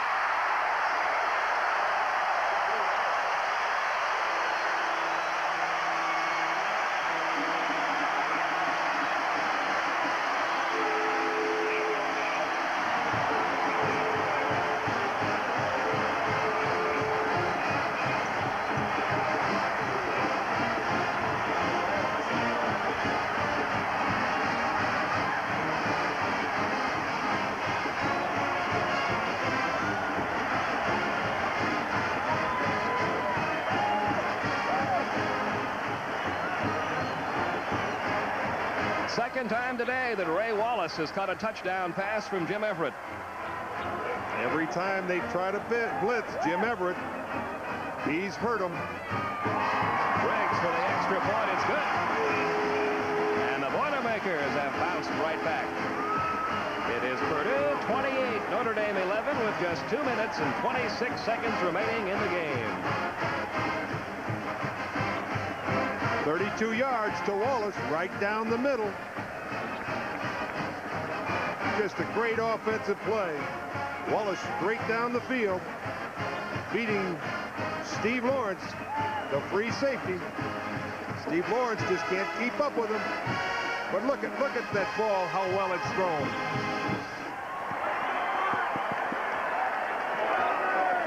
I think the coach likes it, huh? Yeah, he does. Everett now 27 out of 49 for 368 yards, 2 TDs, and he's just amazing. He was third in the nation in total offense after last week. He may move up a notch or 2 after his performance here today. His career high was against Pitt of 398 yards, but they lost the game. There's Jimmy Everett. Yeah, what a day he's having. That was that 1-point loss that opened the season. They had a chance to win it. Oh, and he tried to throw the ball, the 2-pointer to his roommate, had him wide open and just couldn't hit him. All he had to do was play catch with him. Pitcher catcher. Leon Burnett happy. Kick by Briggs. All the way into the end zone. There's that wind playing a factor again. That wind has been blowing very briskly all afternoon long, and you get a ball up in that wind, it really sails. So Notre Dame will put it in play at the 20. We got 2:26 left there in this football game. You know something? Between you and I never thought this football game was over until now. I don't think Notre Dame can do it now, but I'll tell you something. They looked like in the fourth period they were going to come back against Purdue and get some points on the scoreboard. They just didn't have enough at the right time. The sophomore, Terry Andrasak, back in there at quarterback.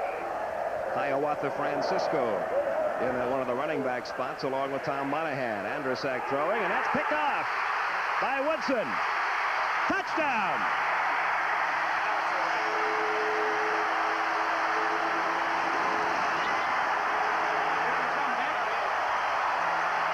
The dam has broken.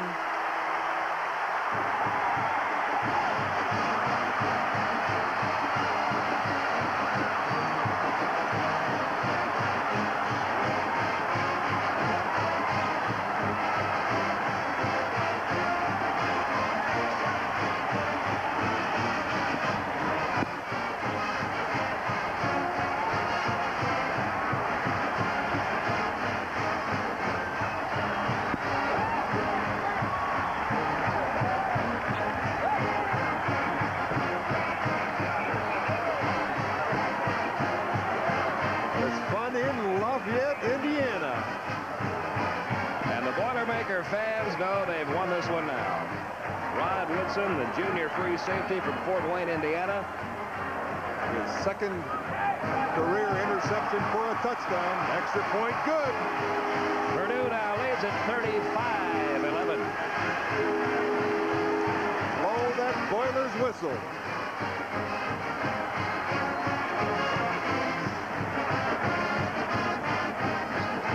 I think we can smoke our cigar now for Purdue. I don't think anybody expected this kind of a game. Everybody, I think, looked for a close ball game between these two schools, and it was close. We sure did. It was up until that last touchdown. The good pass down to Ray Wallace. Otherwise, Notre Dame's only 10 points behind, and anything can happen. And Purdue just made it happen, scoring 2 quick touchdowns. 2 minutes, 18 seconds to go in the game. 35-11 Boilermakers. There's the pickoff by Rod Woodson one more time. Nobody out there when you throw it out in the flat. What he was doing is they disguised the defense, and when Terry Andrusak went back, Woodson could be standing there, and he didn't even see him come in for that interception. Nobody out that sideline's a touchdown. 35-11. Purdue leading with 2 minutes and 18 seconds left here in this football game. Gregg's about to kick it off for Purdue. It's going deep in the end zone again. It's caught there and won't be going anywhere. Alvin Miller. There's another angle on that interception by Rod Woodson, which has just iced this game for Purdue. They had him in a triangle, didn't they? No possible way that the offensive man could have got that ball. Happy Woodson.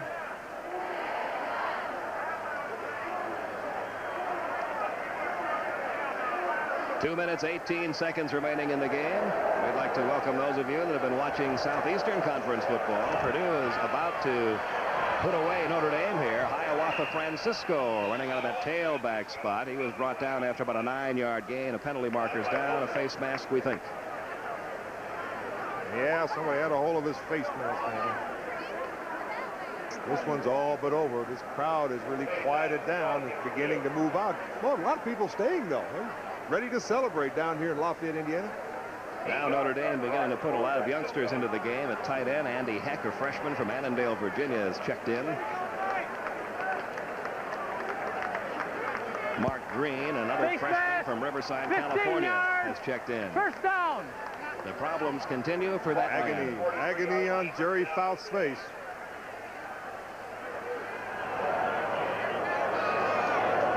First down after the penalty. Andrusak back to throw. Incomplete. Penalty markers down. Interference, I think, will be the call. Kevin Roy, linebacker. He's a sophomore from Elgin, Illinois. A minute 59 remaining in the game. Purdue is going to go to 2-1 on the year, while Notre Dame will drop to 1 win and 2 losses. Interference. Incomplete pass. First down. Next week, Purdue will be opening up their conference season with the game at Minnesota. And we'll be down at Bloomington, Indiana, with Indiana Northwestern.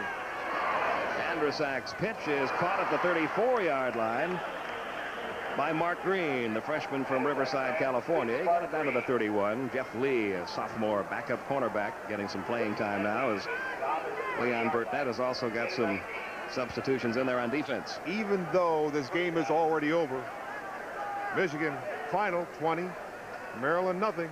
Michigan State 7-3 over Western Michigan. A tough one for Michigan State, a final. First down for the Irish, 1:37 to go.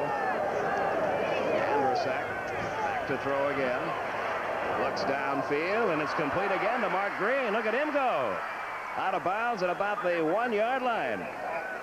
This is still good work for these youngsters out here. There's 2 minutes left to go in the game. They're getting some game experience, even though they're going to lose the football game. If they can get it in here, they'll come back next week, and they'll have something good to look at. Here's a good throw, right. Look, watch this nice throw, and a good catch by Green. Look at right behind. That's one of the toughest catches in the world to make. And then he can run with it after he gets the ball, and he's down on about the 1-foot line. Hiawatha Francisco diving into the end zone. The touchdown signal is given, but there are penalty markers down. Let's see.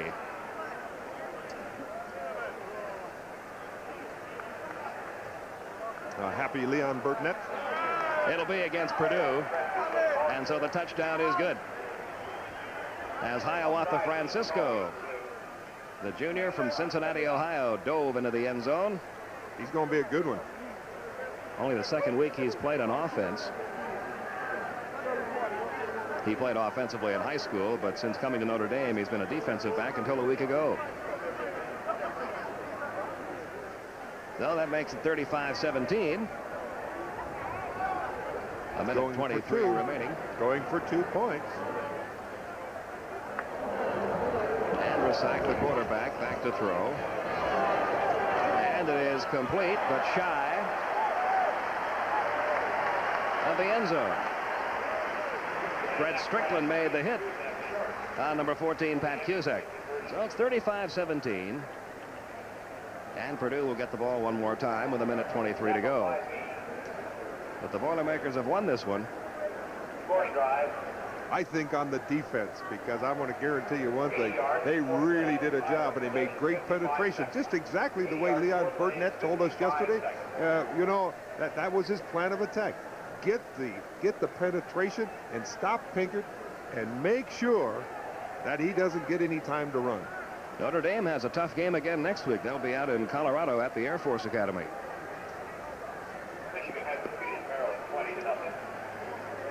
Notre Dame drove down the field in 5 plays, 80 yards. It's been a rather impressive day, even though it's been a losing ball game for Notre Dame. It's been a rather impressive day for Terry Andrusak.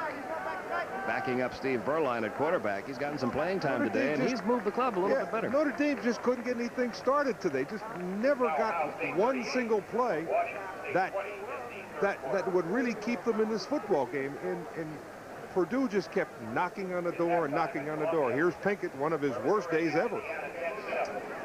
He was particularly bottled up in the first half. And we get ready to kick it off now. John Carney will do the kicking for Notre Dame. They may try an onside kick or something like that here, try to get the ball back one more time, although they trail by 18. They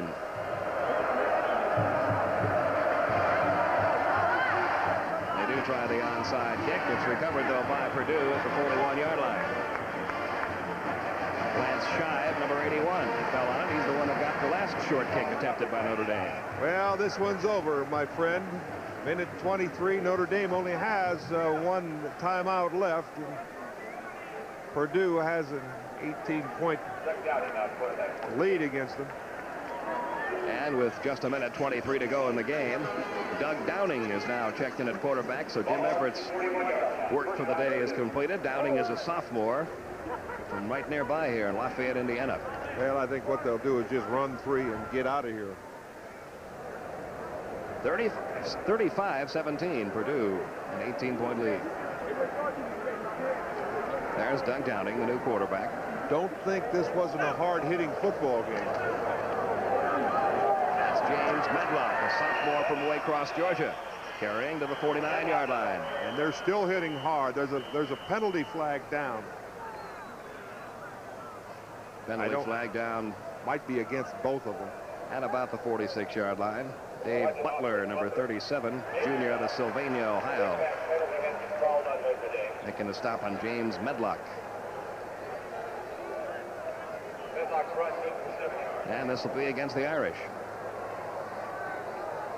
And will move the ball into Notre Dame territory. First down to 47. Face mask, 5 yards, first down. Steve Berline knows his day was not a good one. He may be in for a challenge for his job the rest of the way from Andrusak. He was key to this offense of Notre Dame. Coach Jerry Faust said that he was questionable. Only a minute left to play. Purdue with an 18-point lead. Have some of the youngsters in there now. Downing giving the ball to Walt Foster. Matt Dingens making a stop along with Brandy Wells. Our clock continues to roll at 50 seconds. Another first down for the Boilermakers. Medlock has checked back into that backfield now for Purdue. Purdue can be very proud of the way they played today. They really came out and played with a lot of emotion. So we have almost an entire second unit in there now offensively for Purdue. Doug Downing, a sophomore from Lafayette, barks out the signals.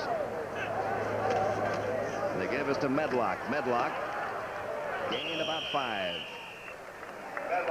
And only 24 seconds remain. The clock continues to run, and the Boilermaker fans are on their feet. As well they should be. Leon Burtnett has started his walk across the field.